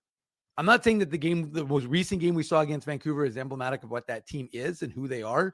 Especially now that they've resolved the situation. Right. So, but I still don't think Vancouver is going to would be a tough task for the Winnipeg Jets. I still don't think the Calgary Flames. I think they're up and coming. I think Dustin Wolf's an excellent goaltender. We can see that there's some beef now with Scheifele and I don't remember. I didn't see which player it was, but I don't know if you saw Ryan Dietrich, who used to work for the Jets, put out a little clip of when they had a mic'd up thing. And one of the players to Scheifele after Scheifele high-sticked them kept saying flippin' instead of swearing at him. Was it Rasmus Anderson? No, it was Pascal. I don't remember who it was exactly. I'd have to look. I think it was 94. Braden Pahal?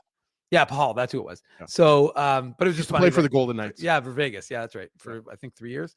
But anyways, the point is that he and Scheifele had a little beef. So we'll see if that carries over if the Jets were to play the Flames. But I still don't think the Flames are a tough out for Winnipeg. So I think it's to that point. I think that's why if you say, what do the Jets have to play for? Because you could say, well, you've already banked enough points. I think there is a lot to play for. I don't think you're playing for the President's Trophy, but I think you're definitely playing to be the top team in the West. So from that perspective, you want to be that. You need to be that. So we're deviating because the original question was about, impacting chemistry and making trades. And now we've gotten into the importance of finishing first but like I said, I think you can augment this group. I think there's lots of places that you could. I think on a true championship team, and again, you have to be willing to make these moves. I think you could move Dylan DeMello down a step and have Mackenzie Weegar as your pairing beside Josh Morrissey. Now that's your best case scenario, as he doesn't sound like Craig Conroy and the Flames have any interest in trading Rasmus Anderson, Nazem Kadri, or Mackenzie Weegar. They've essentially said, we're not making any deals. Now, maybe that's just a way of gaining some more leverage. We don't know. But the fact of the matter is, look. Do you see Craig Conroy trading Mackenzie Weegar? I just don't see it. No, I don't. Again, we talk about it, and I'm just saying he to me would be if you could pair him with Josh Morrissey. Oh, yeah. I found a way to get Bonds and Griffey without giving up too much. I was going to say, if we're playing fantasy hockey, then Dave, Mackenzie Weegar is my top choice. For sure. And I'm just saying that, but I agree with Drew, because ultimately at the end of the day, look, if this team, as we saw when Josh Morrissey got injured against, was it Montreal? And he didn't have him for the bubble series. You can't sustain a loss of like a guy like Morris. You can't sustain really a loss, even of Dylan Samberg. We saw what it's done to the PK. But maybe you can augment that if you have a third pairing guy who can actually take that step up. It's not Logan Stanley. It's certainly not Hayden Fleury, with all due respect. And I think that's also in part because Neil Pionk isn't sufficiently strong. Again, my answer would, to be honest with you, my answer on the left side would probably change if Dylan DeMello was paired alongside one of those guys. So if you strengthen the top pairing right side guy with Morrissey, and then you had DeMello as your second pairing guy with whomever, Dylan Samberg, or if he's not there, whatever, then maybe Dylan DeMello can calm down and bring up the game of someone else. But I'm just saying that if we're spitballing, I do think that you want a third pairing guy on the left side who can make that jump if needed. Or maybe you swing for the fences and you look around. And Kevin Cheveldayoff, I mean, look, guys, we don't know what the salary cap is going to do for this Winnipeg Jets team. They've got obviously some question marks coming, down the line, but we're trying to just focus on this year. And to me, this is of all years is a great year for the Winnipeg Jets to go all in. The Jets we'll find out about the Jets' course of action over the next month. We are less than 1 month away from the NHL trade deadline. For those asking, there is not a roster freeze during the Four Nations Cup. I wouldn't expect a lot of movement or trades because logically it doesn't really make a lot of sense to disrupt someone's life right now, especially while they're on vacation. But there is, in fact, not a roster freeze. So it is possible that a move could be made by your favorite team in the next couple of weeks while the NHL games get paused. Yes, you get a phone call from you're in Cabo, Ezzy. Yeah, you're no longer going back to insert U.S. city here. You're coming to Winnipeg for the rest enjoy of the February. warm weather. Yeah, it's pretty mild out today. Yeah, it's a nice minus day. 20. Yeah, it's beautiful. It's nice. It makes you feel good to be alive. Kevin Woodley to talk about goaltending up next this morning on the Illegal Curve Hockey. It's milder Show. in Vancouver, Drew. It's presented by Play Now. Don't go anywhere. Welcome back to the Illegal Curve Hockey Show. Bottom of hour number 2. Kevin Woodley set to join us momentarily here on the program. We'll bring him in just as soon as we can. A programming note, couple programming notes for everybody though. No show next Saturday. We usually take one Saturday off right around the Christmas season. We didn't do that this year. So we're going to take next Saturday off, barring something unforeseen. Of course, if something significant occurs, we will be there as we always are. But assuming that it's all as quiet, more or less, we will not be on air next Saturday with the Illegal Curve Hockey Show. We're going to take the day off. We're going to take the week off. But we return 2 weeks from today, the 22nd of February, 9 a.m., the Illegal Curve Hockey Show. And then later that night, Boston Pizza, 6 p.m. The Jets are going to be in action against the St. Louis Blues. We will be there for the watch party, for the live on location post-game show. So again, no show next Saturday. 2 weeks from now, we're back Saturday morning, and then at Boston Pizza that night, where I expect that everybody in attendance will be purchasing for Dave pierogi pizza. Hold the bacon. Important on hold the bacon part, but Dave is definitely going to be forced, even if it's being force fed, he's going to try a pierogi and some lasagna if my life depends on it. Not going to happen, Dave? You know what the best part of that having next Saturday off is? It coincides with Festival de Voyageur, and I will be going to Festival de Voyageur this year with Spency. We already have a date to Call go. him by his new name. Sorry. Technical difficulties. Thank you. Technical difficulties. So for the people in the chat or the people listening on the podcast who've been wondering where Spency has been, Spency has decided to change his username to Technical Difficulties to commemorate last week's technical difficulties. And this week's. Well, this week's were very brief, though. This week's were more in keeping with us just being late to start the show. Not us. Well, okay, fair enough. Not, Ezzy. I was here, you were here, Ezzy. But that's par for the course is all that was, as far as I'm concerned. So there you go. There's the update for the upcoming program. Yeah, I'm going to see Spency and his avatar there. I'm going to be on the guy on the left there with him at Festival. Yeah, we all have life goals and squad goals, and you guys are certainly a squad, the two of you. May God have mercy on all of us in that instance. Kevin Woodley, like I said, set to join us. The Jets, they're off for the next couple of weeks, so it'll be something like that. Connor Hellebuck, he won't be off. He'll be in action with Team USA and the Four Nations Cup, and we know how good Hellebuck has been. Logan Thompson, though, it's amazing, that he's not on Team Canada. I mean, not that I'm spending a lot of time paying significant attention to this tournament. I'll watch it if I'm home and things of that nature. But it was really nice of Team Canada to not take their best players. I thought that was really nice of Team Canada, for all the other nations, for the U.S., for Sweden, for Finland, to not bring their best team with them. What about Darcy Kemper? I mean, there's two goalies that should be on Team Canada. Darcy Kemper is arguably in the Vezina conversation. If I had a vote, I might have him as a finalist. I mean, it would be hard not to have Logan Thompson as a finalist, and I'm emphasizing the word finalist because Hellebuck's already won the Vezina Trophy. I don't care what anybody says. But yeah, I mean, it's incredible. And look, you mentioned earlier, Darren Drager had the tweet that Mark Scheifele is obviously, we're on Scheifele watch, as Kenny said, in addition to being Doughty watch. But yeah, I mean, there's definitely some. What about Zach Hyman, guys? Last time I checked, Zach Hyman's having a pretty good year for the Edmonton Oilers. So, I mean, look, at a best on best tournament, when you're a country like Canada or the other countries for that matter, there's always going to be good players that are left off. But yeah, I mean, it's hard to look at the goaltending and get excited for Sam Montembeault and Jordan Binnington. That's for sure. It's just bizarre to me. I mean, I mean, it's like they forgot everything that they learned after Nagano. And I know Nagano has been a lot of years ago when they didn't take the best team, the best players possible to Japan for the first ever Olympics tournament. It's like, you know what? Did we watch the gold medal game together at wasn't that like 2 a.m. or something? Was that Nagano? No, we never watched the gold medal game because Canada wasn't in it. No. But what tournament was it? Which one was it? Don't you remember? That's hilarious. No, what was it? Well, we still could have watched the gold medal game. No, 2002 Salt Lake City. We watched it at Richie's house. No, but that wasn't the one we watched. What was the one we remember we stayed up till like 3 a.m? It could have been the semifinals against. I think it was the semifinals. That's what it was.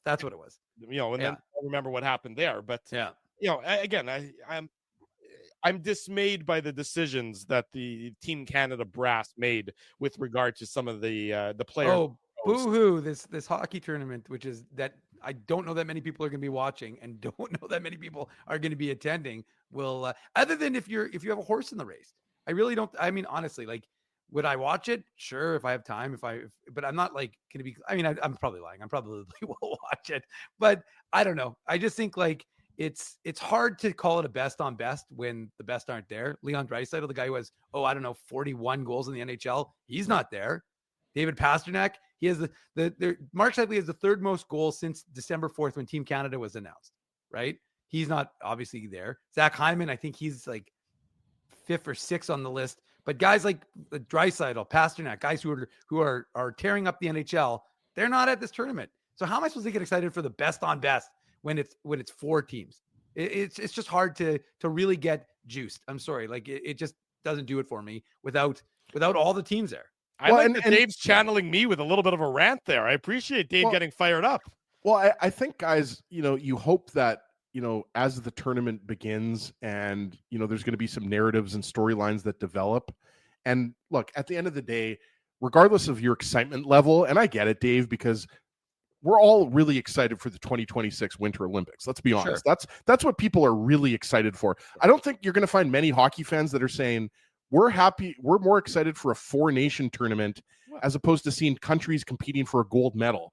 So that's the big one. But I think just to see Crosby, McDavid, and McKinnon on the same ice with, Cale Makar and Josh Morrissey. Yeah. And if you're for Jets fans, just watching Morrissey, Kyle Connor, and Connor Hellebuck, Dave, is a reason to watch the 4 nations. But regardless, I mean, hopefully we'll just see some good hockey, right? What I'm always intrigued about it, when you get all these best players, the best Canadians, best Americans, best Finns, best Swedes all together, and they get to spend time with each other because they don't often get to spend time sort of, in one room. I'm curious to learn what Josh Morrissey learns from some of those defensemen that he's going to be playing with when he can pick their brain. If Scheifele goes, what does Scheifele learn from being next to McKinnon and McDavid, for a week or 10 days or things of that nature, or Crosby? That's where I sort of, my intriguing aspect of it is, what do you learn spending that time with them, and what do you take from that tournament and bring back to your dressing room that can help improve your NHL club moving forward? Well, sorry, go ahead, Dave. No, I don't want to interrupt you, but I just was going to say, that's kind of what Scott Arniel talked about. And that's the appeal of a tournament like this. And so again, like Connor Hellebuck, I don't think he's got anything to learn, to be honest with you. But Mark Scheifele if he goes and picks brains of guys and learns some things, Josh Morrissey, Kyle Connor, there's definitely elements of benefit, I think. Obviously, there's risk as well because teams can, that's why Washington, I'm sure, is not upset to have 0 guys going because they'll have everyone getting rested and just focused on winning the championship. It's what their focus there is in Washington. And again, there's no question, like I said, and ultimately, guys, Ezzy, Josh Morrissey, Mark Scheifele, the reason why they want to be there is because, as Ezzy just said, when the Olympics come come down and, it really means something to win a gold for your country, every one of those guys wants to be given a chance to win a gold medal for Canada or the US or whichever team it is. Yeah, there's no question about it. But that's sort of where I'm intrigued by. I'm intrigued by how the Winnipeg Jets, the players who go to the tournament and the ones who come back, how do they take sort of the final 26 games at hand? How they, how they approach these final 26 games, because they are sort of in a unique spot, being so far ahead of their closest competition. That's not something that we typically see at this point in the season, where you're 11 points up on your closest division rival, the Dallas Stars. That's actually insane. I know. I mean, you're 22 points up on falling out of a playoff spot, which is, these are country miles ahead of your opponents. And remember, Dallas, I know they lost, and I think they lost. They lost in a shootout to the Kings yesterday. Yes. But Dallas had won. Like, they were matching the Jets win for win. So even though Dallas was on like a 5-game win streak, they're not gaining any ground because the Jets were on a 6-game win streak. So it is pretty remarkable to see, to be honest with you, what this team has been able to do. Yeah, exactly right. Okay, I think we have Kevin Woodley set to join us now this morning here on the Illegal Curve Hockey Show. I'll bring him in. Kevin, good morning. Can you hear us? Yeah, I can. Sorry about that, guys. A little issue with getting connected this morning. All good. We know about technical issues, Kevin, so you're in good company in that case. Kevin, obviously we brought you on. You're a goaltending expert, goaltending insight. Kevin is in goal on Twitter, and I'm not sure if you do the other social media platforms, but I'll let you plug yourself after. We got to start with Connor Hellebuyck here in Winnipeg. We know that he's the runaway leader for the Vezina Trophy and everything else that's good about goaltending. From your expert eye, what are you seeing, if anything, that's different about Connor Hellebuyck this year as compared to his other previous years where he's been a dominant force in that for the Jets? It's a good question. I've read some of the reporting on, sort of more the mindset shift and how he's approaching things that way. I'm not sure that I see a huge difference technically, maybe a little more conservative from a depth perspective. I've had a number of people sort of bring that up, a trend we're seeing around the league amongst some of the top guys. We continue to hear how dynamic the game is, how fast it is east-west, how much it's become lateral. And so it makes sense that goalies are going to have to start paying more attention to where they are positioned in their crease relative to that. The further out you play, not just north-south, but east-west outside of your posts, the more you're going to have to move to cover off all that distance from those lateral plays that we see so much of. So I haven't deep dived sort of his, got out the measuring sticks virtually, so to speak, to see how much of a difference there is there. But I've had a couple of people tell me that they think he's playing a little more conservatively. It's been a hell of especially the first half, unreal how well he's played. So a little bit of a dip here to start 2025, statistically at least. And, as far as runaway, it's as incredible as he's been, and as much as it looked like that would be the case halfway through the season, as much as I still think he wins it, what Logan Thompson is doing is not just Vezina worthy. Statistically, it's at the level of what Igor Shesterkin did the year everybody was touting him for Hart. And whether he'll get enough games, some voters will say, look at the workhorse that Hellebuyck is and other guys are in terms of how many more games they played versus Thompson in the first half of the season in a job share. That remains to be seen. But Linus Ullmark won a Vezina playing, less than a number one, workhorse starter role. And, Thompson's numbers aren't just hey, this is the best this season. If he keeps it up, these are hey, this is the best we've seen in 5 years. So yeah, those would be the top of the list. GMs are probably still voting for Hellebuyck at this point, but there's a race there. Absolutely. And I think you got to throw in Darcy Kemper as well, right? I think a lot of people are basically saying there isn't a Vezina Trophy race this year. And I get that, Kevin. And you just mentioned Logan Thompson, obviously, and you've got the framed Carey Price and Roberto Luongo. I forget, you've got another one there in the middle too, right? Okay, yeah, you got Hank there. So can't forget about Henrik Lundqvist. But obviously we got to switch our attention to the Four Nations tournament. Hellebuck is obviously going to be the top goaltender for the U.S. Nobody is really discussing that, right? But I'm not going to ask you about the goaltenders that were left off, because I think everybody agrees that Logan Thompson deserves to be there. But what's your kind of overall assessment going into the tournament of Canada's goaltending? Like, do you have a favorite to start? Like, is Adin Hill the top guy for you, or just what's your kind of overall assessment of who Canada chose to be the goalies and where those goalies are at right now in the season? Well, it's interesting because there was a lot of sort of consternation over the state of Canadian goaltending, and honestly, like we could do a whole show on how we've fallen behind the Americans in terms of the development model and the access to coaching that they provide compared to us, let alone the Scandinavian countries. In particular, Sweden and Finland, and all those things still hold true. But the irony right now, as we get ready for the break, is there are actually 3 Canadians in the top 10 of NHL adjusted save percentage right now. It's just that none of them are on the team. It's Logan Thompson, Darcy Kemper, who you mentioned, and Mackenzie Blackwood. So I fully like Jordan Binnington was a no-brainer to me. This has been a down year statistically. The previous 5 combined, he was top 10 in the league in adjusted save percentage. Like, he's done it behind a team that hasn't defended very well. And that's where you could maybe ask about the fit, because the Blues haven't been good defensively for a long time. And obviously you're expecting Canada to be. I think it'll be Adin Hill. That's just a hunch based on recent form. The downside, if you're a fan of Canadian goaltending, is that none of the 3 have been above expected since the calendar flipped to January. But interestingly enough, like when I look at adjusted save percentage, so get us some smaller samples in there, there's not a single goalie in the Four Nations tournament that's in the top 10 right now. Hellebuck's at 11th. So not the only country that would probably like to do some second guessing and switch some things around. It's just going to be a matter of who can get comfortable behind a different system and different players instantly and get on a roll. I think Hill will get the first shot at it. But I'm not sure. They named the St. Louis Blues goaltending coach, David Alexander, who is excellent at what he does. The goalie coach for the Four Nations. I don't know if that'll make any difference at all, but so it could be Binnington. But my hunch right now is Hill based on recent form. In December, for a good 6 weeks, sort of through December, maybe into early January, Adin Hill looked like playoff Stanley Cup champion. That type of performance, if you do it for a year, it's worth a Vezina trophy. Like, he posted great numbers that run, and he looked like that guy. It just he hasn't been able to hold on to it. So, and the other part too here, like how the team plays and what they take away factors into this. Every goalie has relative strengths and weaknesses. And so in Hill's case in particular, that's one of the things Vegas did. They gave up a lot of high danger in that playoff run, but they were the high danger that he was the best at stopping.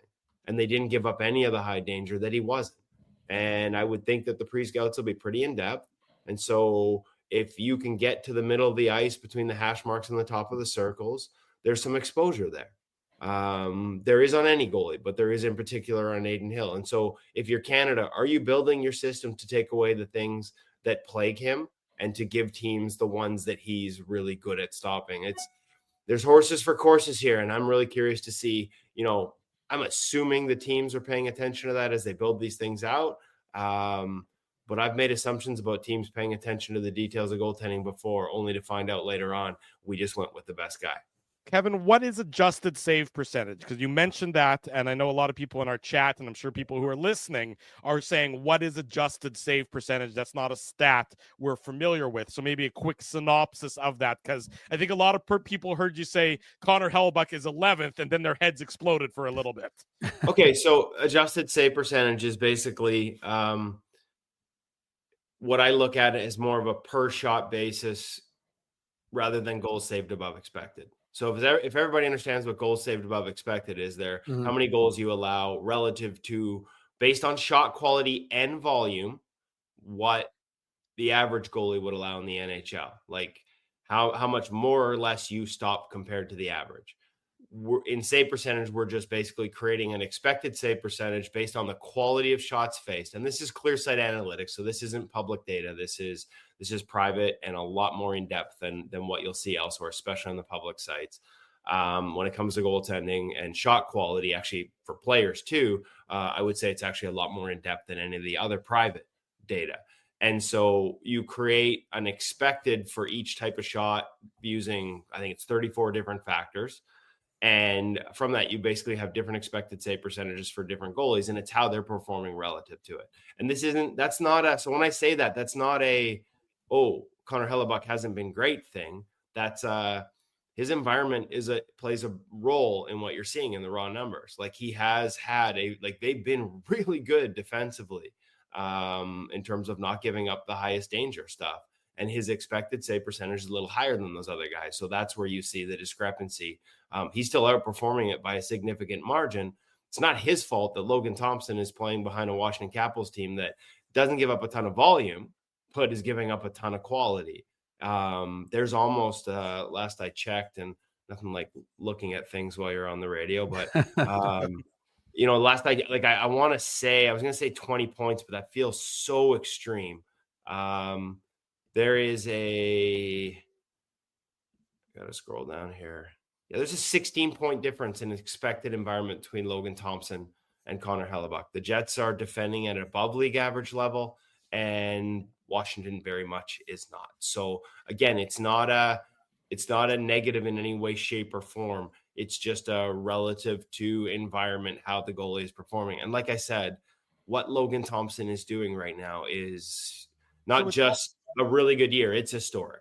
So it's almost like Logan Thompson is playing in front of what the Winnipeg Jets defense used to be, which is Civ-like, and then have to rely on their goaltender to bail them out. I mean, I know that's sort of simplistic, but if I'm hearing you correctly, the Jets' defensive structure and their success in keeping teams away from the high danger areas is a contributing factor to Connor Hellebuck maybe being a little bit lower down in the number you were just citing. Is that fair? Absolutely. Like teams, you have an opportunity. It's harder to do, especially this long into a season.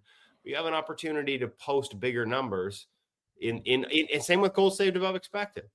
Like if you're playing behind a poorer team and stopping more bullets in your teeth, you have an opportunity to build out big numbers. If the expected is higher, if the environment is more goalie friendly, you're not going to lead. It's going to be harder to lead the charts in goals saved above expected there. Like an easier defensive environment for a goaltender makes it hard to, ironically, climb up a lot of the list of a lot of these charts. And that, that's just, and I would say, you say high danger areas. It's so much more than that. Much more than that. It's screens. You hit the top corner of the net with a layered screen, it goes in more than a breakaway.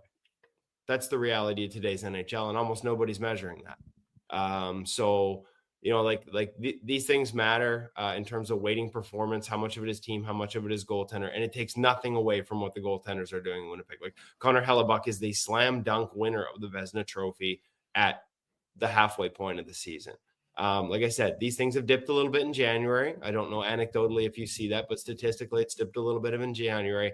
And guys like Logan Thompson are just having historically great seasons. I still think Connor wins it. He's still full value for it. You guys see what he means to the team in terms of the confidence to play the way they're playing and how much they feed off him.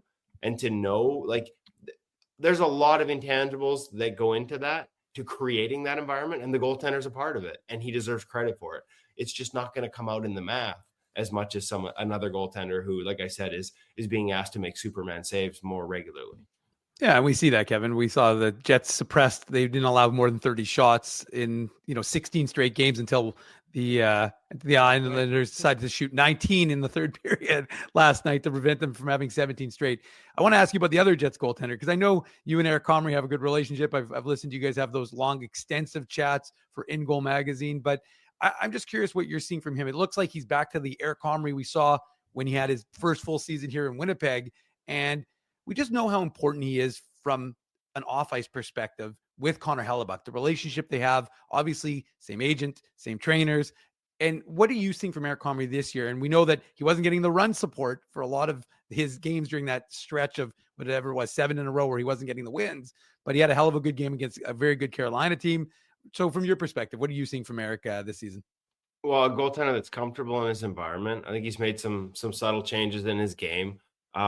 Feels good about his game. Feels good about his game in part because Wade Flaherty's really good at getting him there, helping him get there, helping him stay there even when he's not playing enough. And he uses his work with Connor Hellebuck to do that, like in terms of their video reviews, and they'll both be in there at the same times. Like, it really is a fantastic relationship. I think one that benefits everyone. Like, I think Helly probably benefits from it too.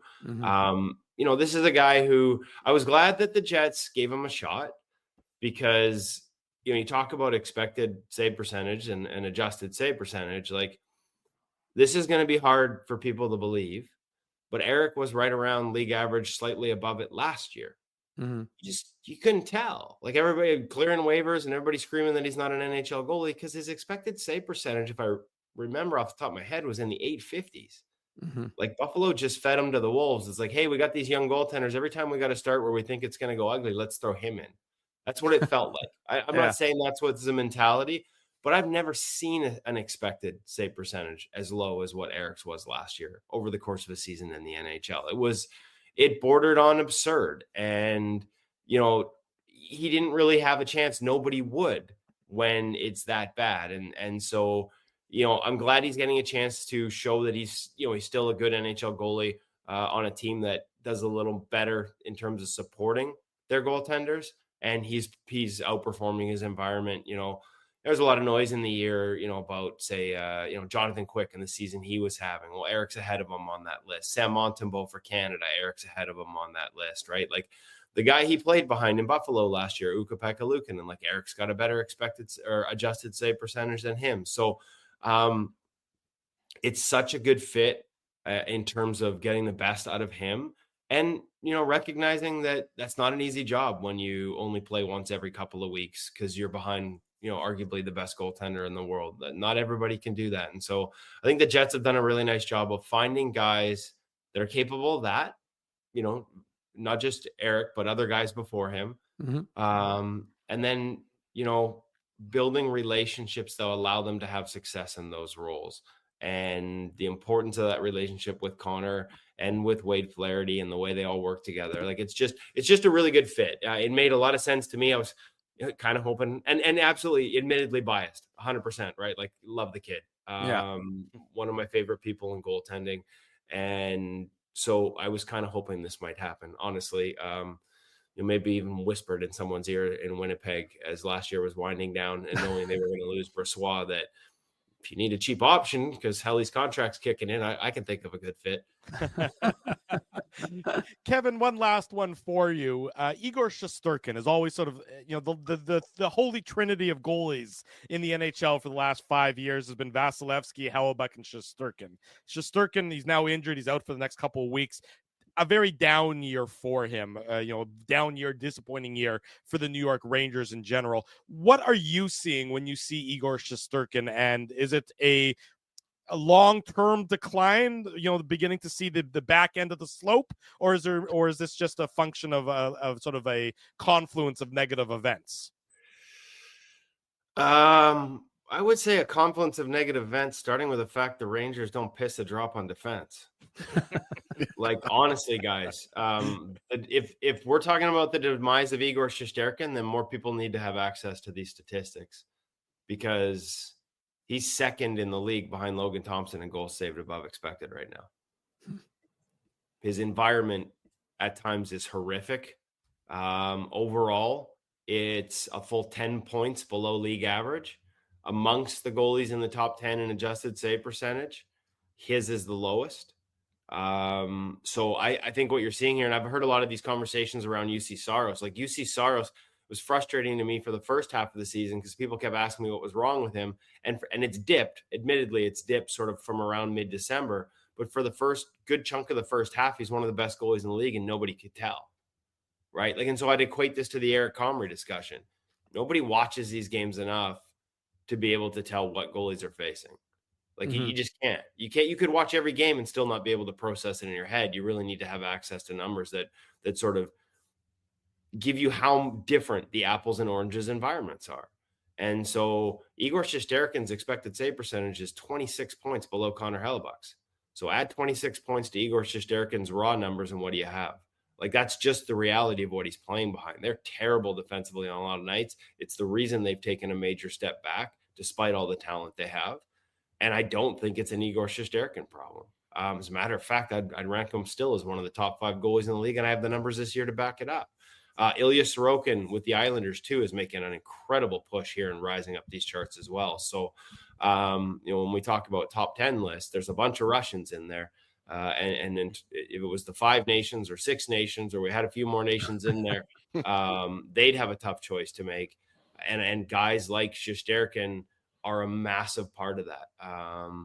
Again, like even Vasilevsky's having a nice bounce back season. A lot of that is team environment. Like he's playing well, but he's also got a more supportive environment. The numbers, aren't nearly as they're still flattering, but not nearly as flattering as what you're seeing on the raw list. Just like the numbers for Igor Shesterkin are not nearly as troubling as what you'll see when you look the numbers up at NHL.com.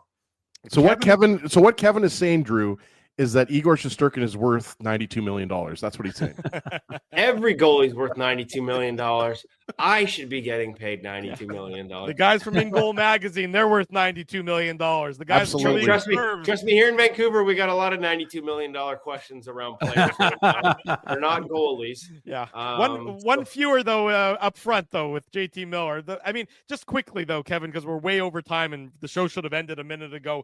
Just you've covered this league for a lot of years. Have you ever been around anything as wild as what happened in Vancouver this year with Miller and Pettersson just, being at such loggerheads with one another? Can I interest you in a Blake Wheeler saga in Winnipeg? we lived through that, but it never got as public as it did in Vancouver. Please, Kevin, I don't want to go back to that. maybe that's the difference, right? Maybe the difference is just how much this got out. And it's interesting because there's a lot of talk about the noise, and a lot of the times we in the media got blamed. And I was like, like every time it quieted, the GM does an interview that added gasoline to it. And then Jim Rutherford took a blowtorch to it in the Globe and Mail. So like the fires that burned and created the noise were not necessarily from us, or at least locally. A lot of it happens nationally, and then we have to react and ask questions. The first time it was sort of spoken into existence, even though we all knew it happened, was a question to Quinn Hughes, the captain, followed up with one to talk it. So, at 25 years this month, my anniversary, McSorley, Wacker, and Brashear was my first game for the Associated Press. And I can safely say no. And the negative cloud, the darkness, the sort of misery that it felt like walking into that locker room. I'm not saying it was like that when we weren't there, but that's what it was like when we walked in as media. Maybe it's the new guys and the excitement they've brought. It seems to have been lifted. There's a performance bump on the ice, even with Quinn Hughes injured of late. I think they've won 5 of 7 or 5-1-1 in their last 7. So it seems absurd to suggest addition by subtraction, given how good JT Miller can be as a player. But it feels like the mess that was that locker room dynamic getting cleaned up will indeed lead to that, even if it hasn't fixed whatever is wrong with the guy who wears 40. Kevin Woodley covers the Vancouver Canucks for NHL.com, but he does his best work, no offense, with In Goal Magazine, talking about goaltenders and breaking things down in a manner in which you don't see on a day-to-day basis. Kevin, thanks so much for joining us this morning. Appreciate your time. Appreciate your insight. Have a great rest of your Saturday. Yeah, my pleasure, guys. Sorry I was late. I have a tough time sorting emails. All good. Take care, Kevin. Thanks so much. Thanks, Woodley, Kevin. Our guest this morning on the Illegal Curve Hockey Show. I'll be honest, guys. Have I taken 2 breaks or have I taken 3 breaks? I only took 2. That's what I thought. You didn't do a break before Kenny, so right, we've only exactly done 2. Right. We'll take a late commercial break. We'll come back. We'll wrap it up. We'll remind everybody what's going on over the next couple of weeks. We're into overtime, so don't go anywhere. It's a Saturday morning edition of the Illegal Curve Hockey Show. All righty, we're into overtime this morning on the Illegal Curve Hockey Show. Drew Mandel, Dave Minuk, Ezra Ginsburg, a great show. Kevin Woodley, Ken Wiebe, all bringing some great insight and analysis into the program. Just a quick reminder, again, next Saturday, no show. We're going to take the Saturday off, but we return 2 weeks from today, 9 a.m., the Illegal Curve Hockey Show. We're going to get you set for the Jets and the St. Louis Blues. And then later that night, the Illegal Curve post-game show, the Illegal Curve watch party, 6 o'clock. We're going to be at Boston Pizza on Taylor Avenue.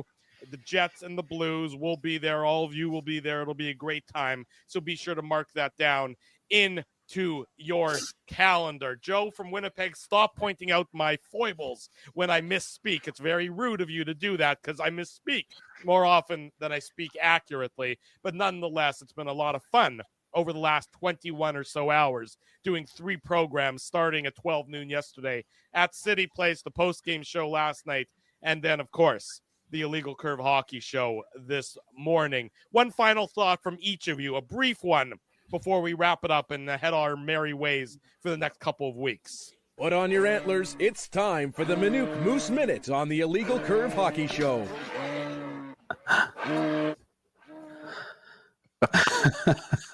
We got a big Moose game this afternoon, Drew.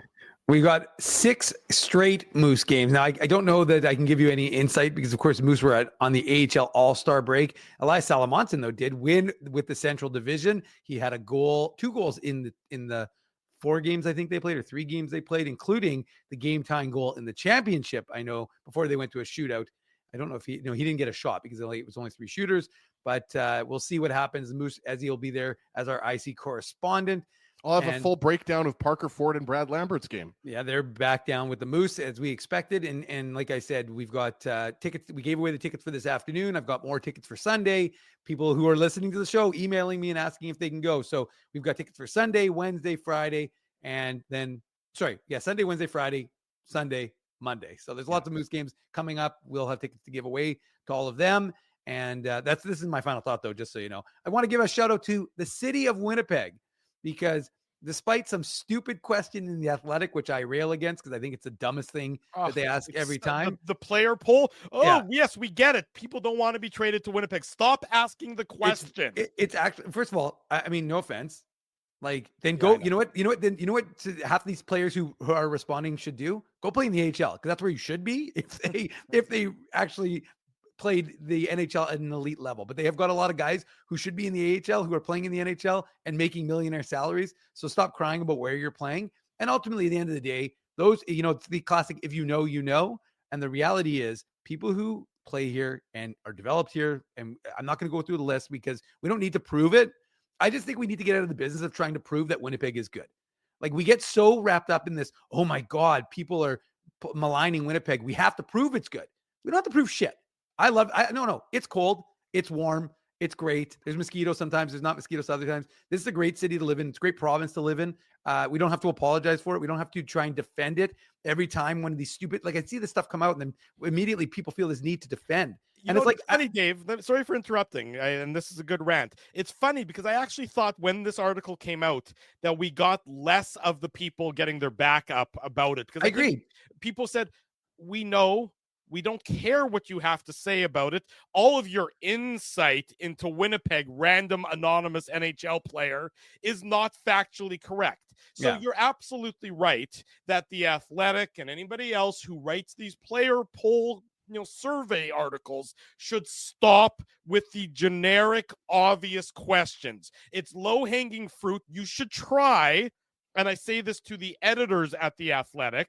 That's right. You should try to be better than the absolute bottom level that you are when you ask questions like I'm not saying that because we're in Winnipeg and it's the city that's getting dumped on. Like, at the same time, if it was Buffalo, I'd say the same thing. If it was Edmonton, for the record, Edmonton used to be on that list until they got a guy named Connor McDavid and Leon Draisaitl. But the fact of the matter is, again, we just have to just stop trying to just give a shitting about, or giving a shit, about this type of stuff, because it's just, you see it, and I kind of get a little bit incensed, because I'm a Manitoban, and again, it's also so stupid, right? It's like, oh, the food's not very good. It's like, well, maybe move past Earl's, and don't get me wrong, I like Earl's. I used to go to Earl's all the time. But my point, your name up on a plaque at Earl's. Yeah, that's true. That. Shout out Earl's, Maine. But the fact of the matter is that this food scene in the city, including the pierogies, is first rate. You just have to get out of your bubble. And again, taking criticism from guys who are in their 20s and have, the vast life experience,